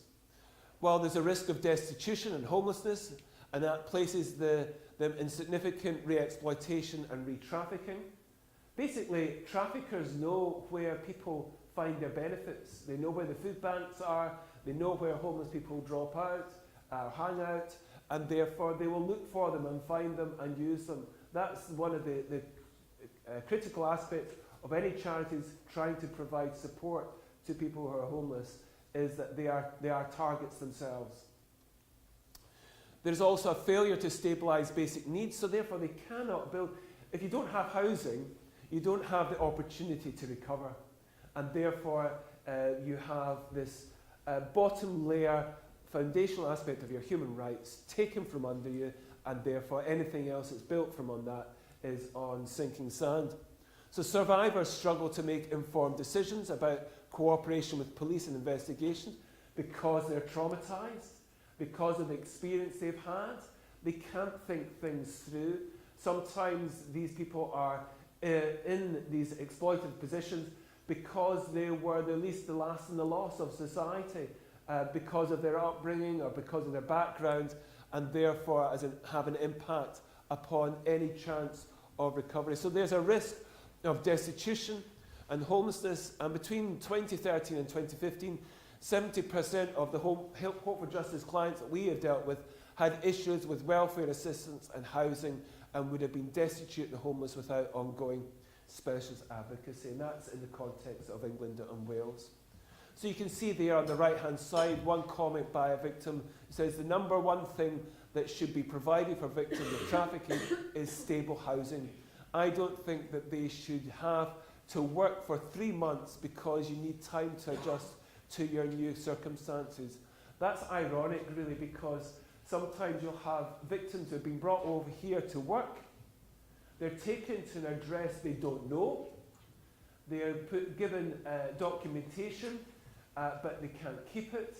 And so they probably have worked not just for 3 months, they've probably worked for years within the UK, and then the government expects them to work for another 3 months so that they can be part of the benefit system under the government's policy.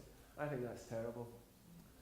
So, recommendations that we bring out, and I'm bringing the recommendations to you because this furnishes your conversation this afternoon about what we want to say towards the bigger conversation globally. So while it might be specific to human trafficking, it grounds itself on general principles that would probably resonate through all of the work that we're doing here and presenting this morning. So for instance, the conclusive grounds decision, in other words, that we believe you're a human trafficking victim in the NRM process, it needs a clear statutory framework and survivor pathway. In other words, for provision of care and services to victims, including regularisation of immigration status and ongoing support. In other words, let's have a jigsaw that joins up everything together and not have them having to scurry around trying to find this here and everywhere, and they haven't a clue where to find it. That's why we have an advocacy role, because of the way the system works. Number 2, victims should have a direct and clear entitlement in domestic policy and law to access pre-NRM and post-NRM support. And that includes safe accommodation, legal advice, and sometimes we have to guide these people through as a result of that. This is also compounded by the fact that there will be a language barrier as well, and then there will also be behavioural issues too because of traumatisation as well.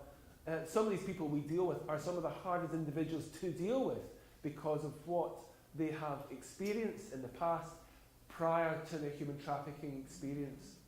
So that just demonstrates some of the themes we've been hearing this morning. Policies and practices across all statutory services, include local authorities and Department of Works and Pension, need to reflect the international obligations to identify, protect and support victims. There are situations where decisions are made by local authorities that don't take into account human rights. And that's actually been taken to court, and as a result of that, those decisions have been turned over. And that's really important to challenge some of the blinkered and narrow-minded attitudes towards people's human rights.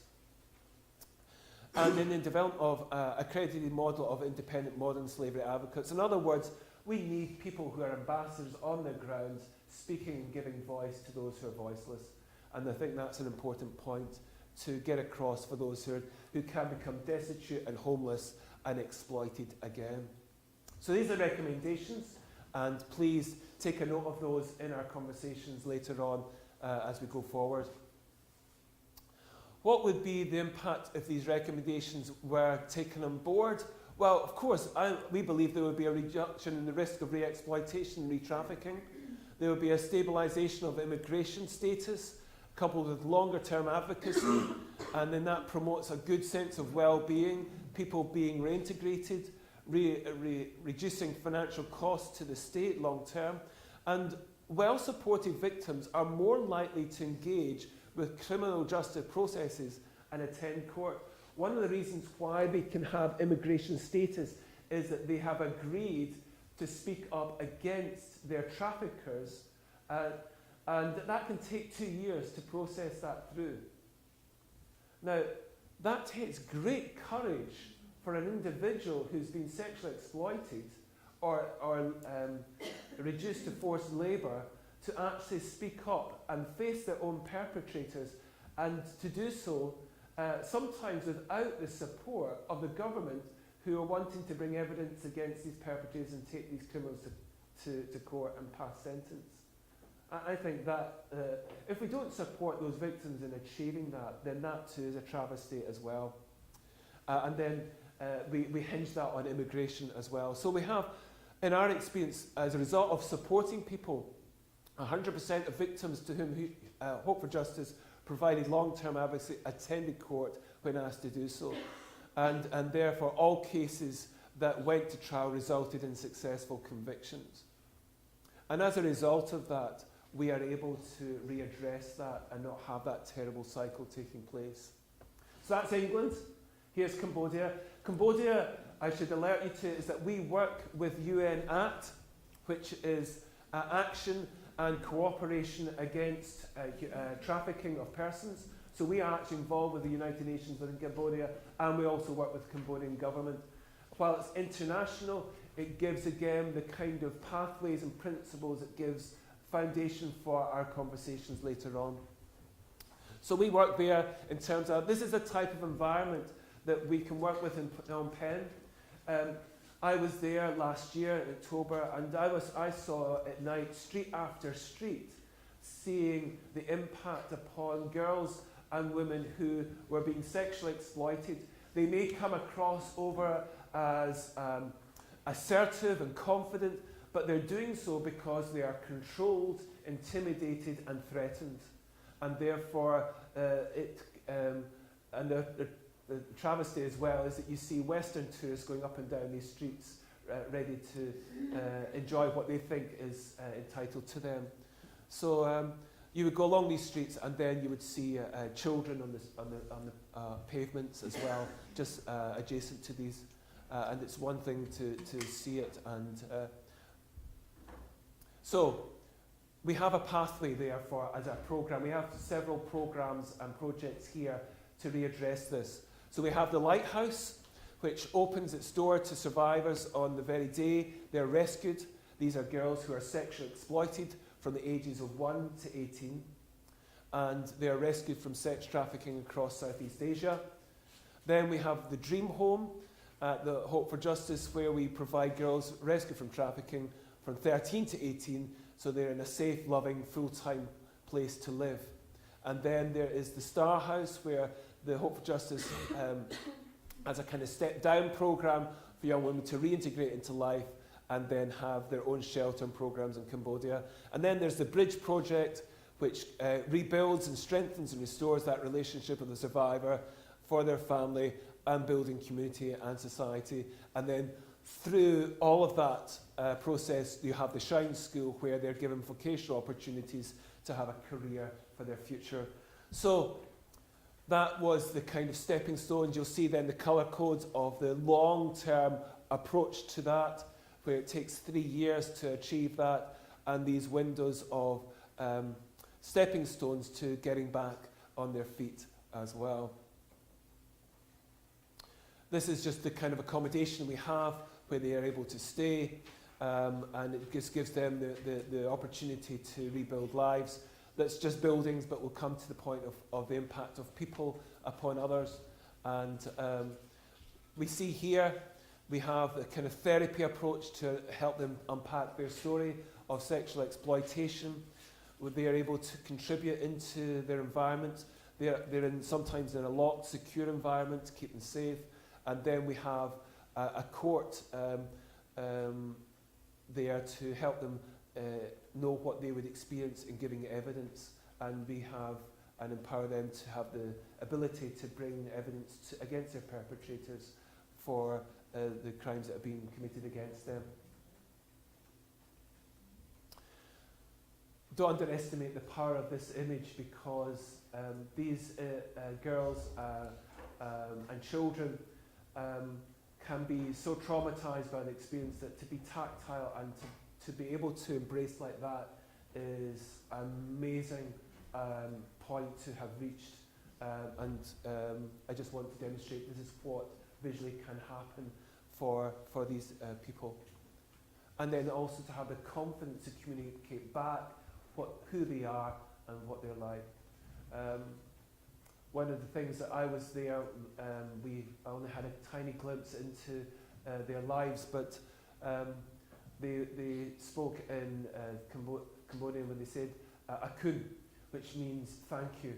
And that was a real statement to me and to others that they felt empowered about what they were doing, what they were, and they had hope about their future. And these girls are able to give back a very strong message that they are empowered. And I want to show you why that is the case in regards to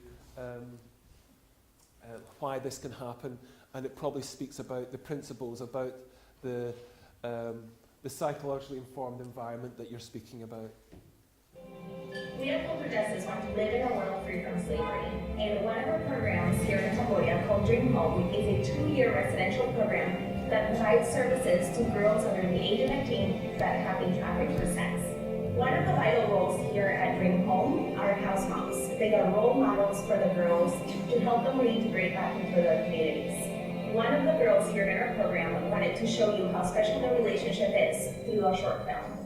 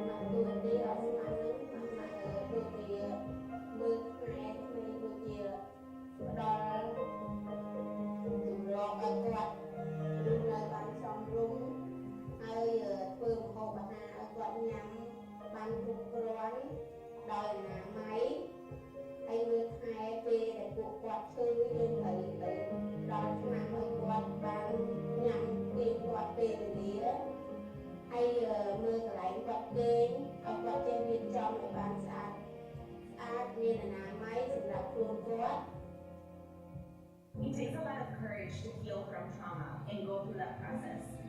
One of the vital things about healing from trauma is having people that are there unconditionally and consistently for them.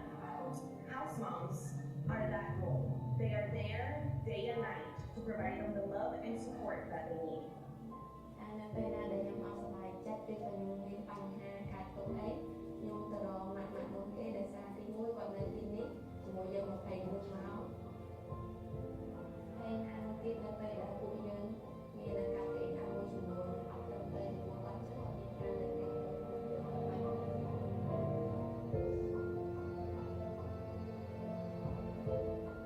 ាក់មានអារម្មណ៍ថាសប្បាយចិត្តនឹងការជួយដល់គាត់ទាំងអស់គ្នាមិនចាត់ទុកថាជាកូនមិនមែនកូនខ្ញុំចាត់ទុកថាជាកូនរបស់យើងផ្ទាល់អ្នកក៏ได้ស្គាល់ច្រើន Around the world, there are so many girls needing the love and support that households are able to provide. Please join us this Christmas and help us change lives and end slavery. Donate today to help us unlock freedom and see the end of slavery. Thank you.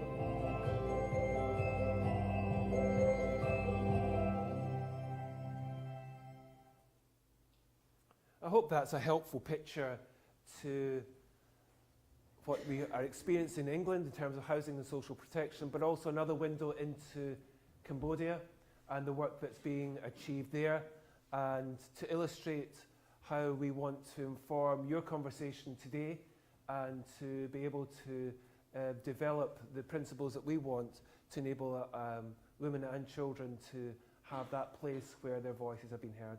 So thank you very much.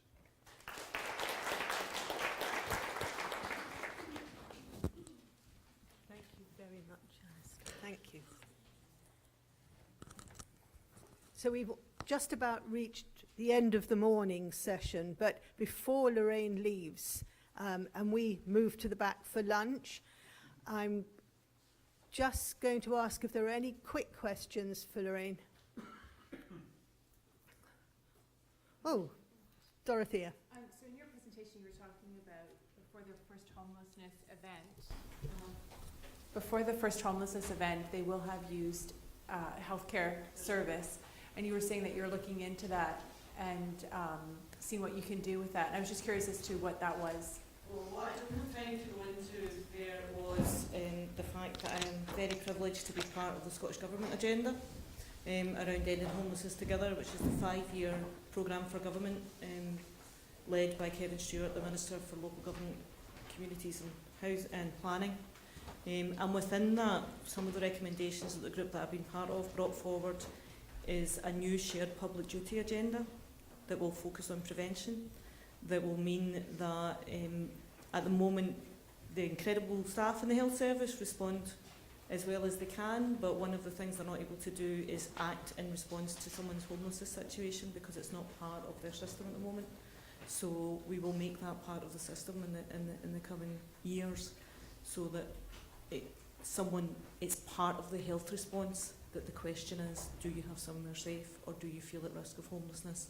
And there will be a requirement on the health system as well as the whole public service to react to that, rather than just say, here's the number of the place that you need to present and discharge that person. They need to be part of the solution at that point. And the fact that we know that that point of engagement happens at that just before within the health system, then we can better equip the health system to be part of the solution at the point of need, and not just part of the solution in terms of resolving people's homelessness once it's happened.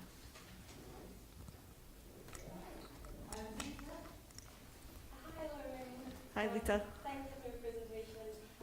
What is your experience with the kinds of women that hope for justice helps? So do you experience that in Scotland, and what are maybe some of the unique health issues, particularly in relation to reproductive health, if you take into account things like female genital cutting? Do you encounter much? We do in small numbers, not in large numbers.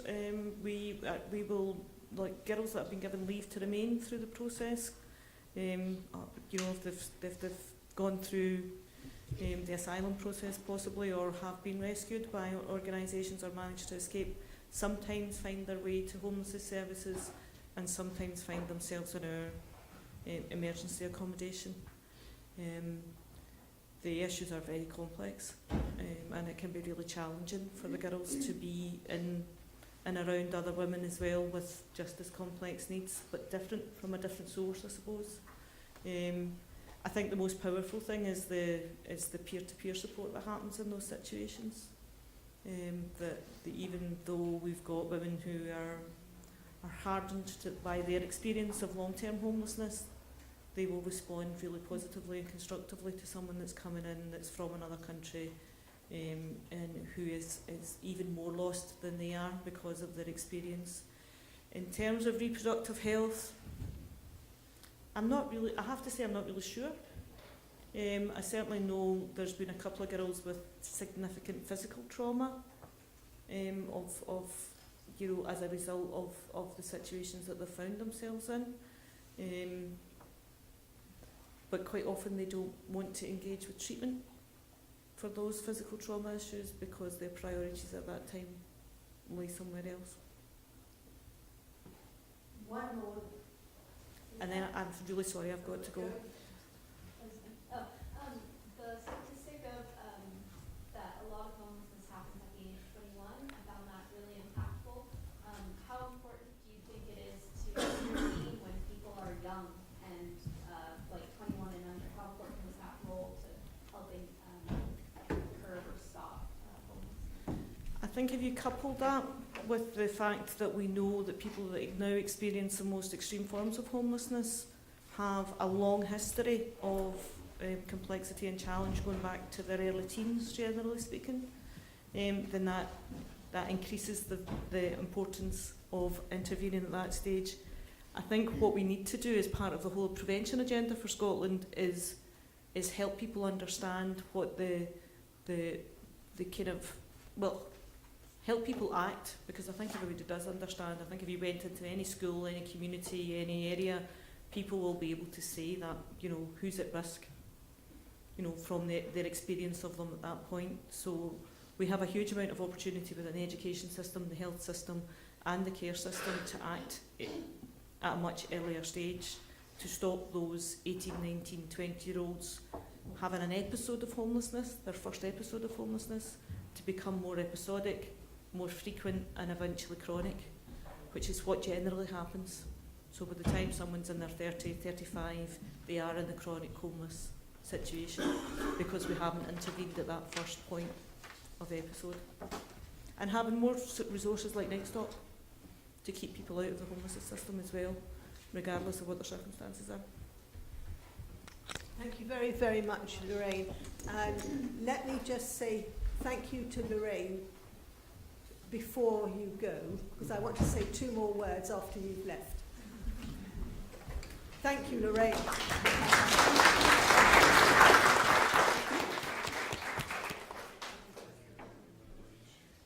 Thank you so much. Thank you.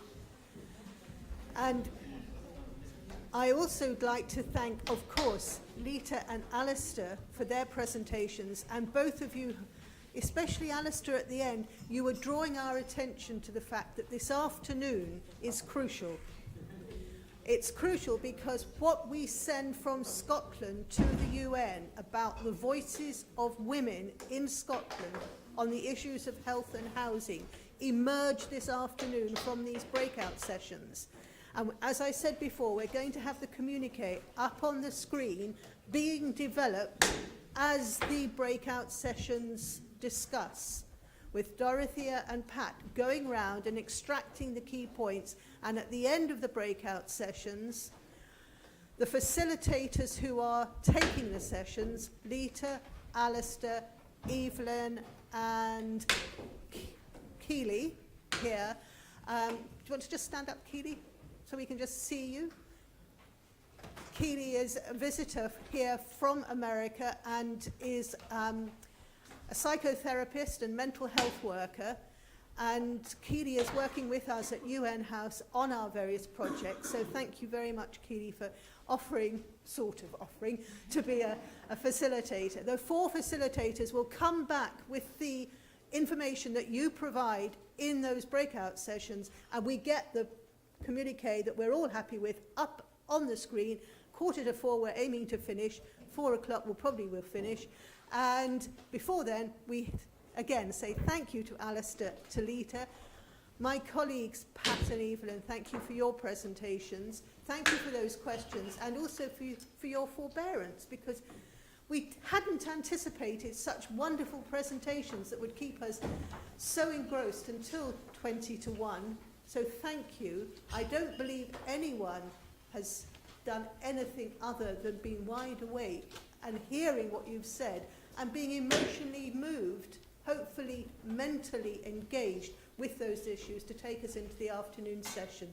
Lunch is provided at the back, and we look forward to seeing you back here in the groups. Health 2 groups, housing 2 groups. You'll see where they are, and that's at 1:30. Thank you, everyone.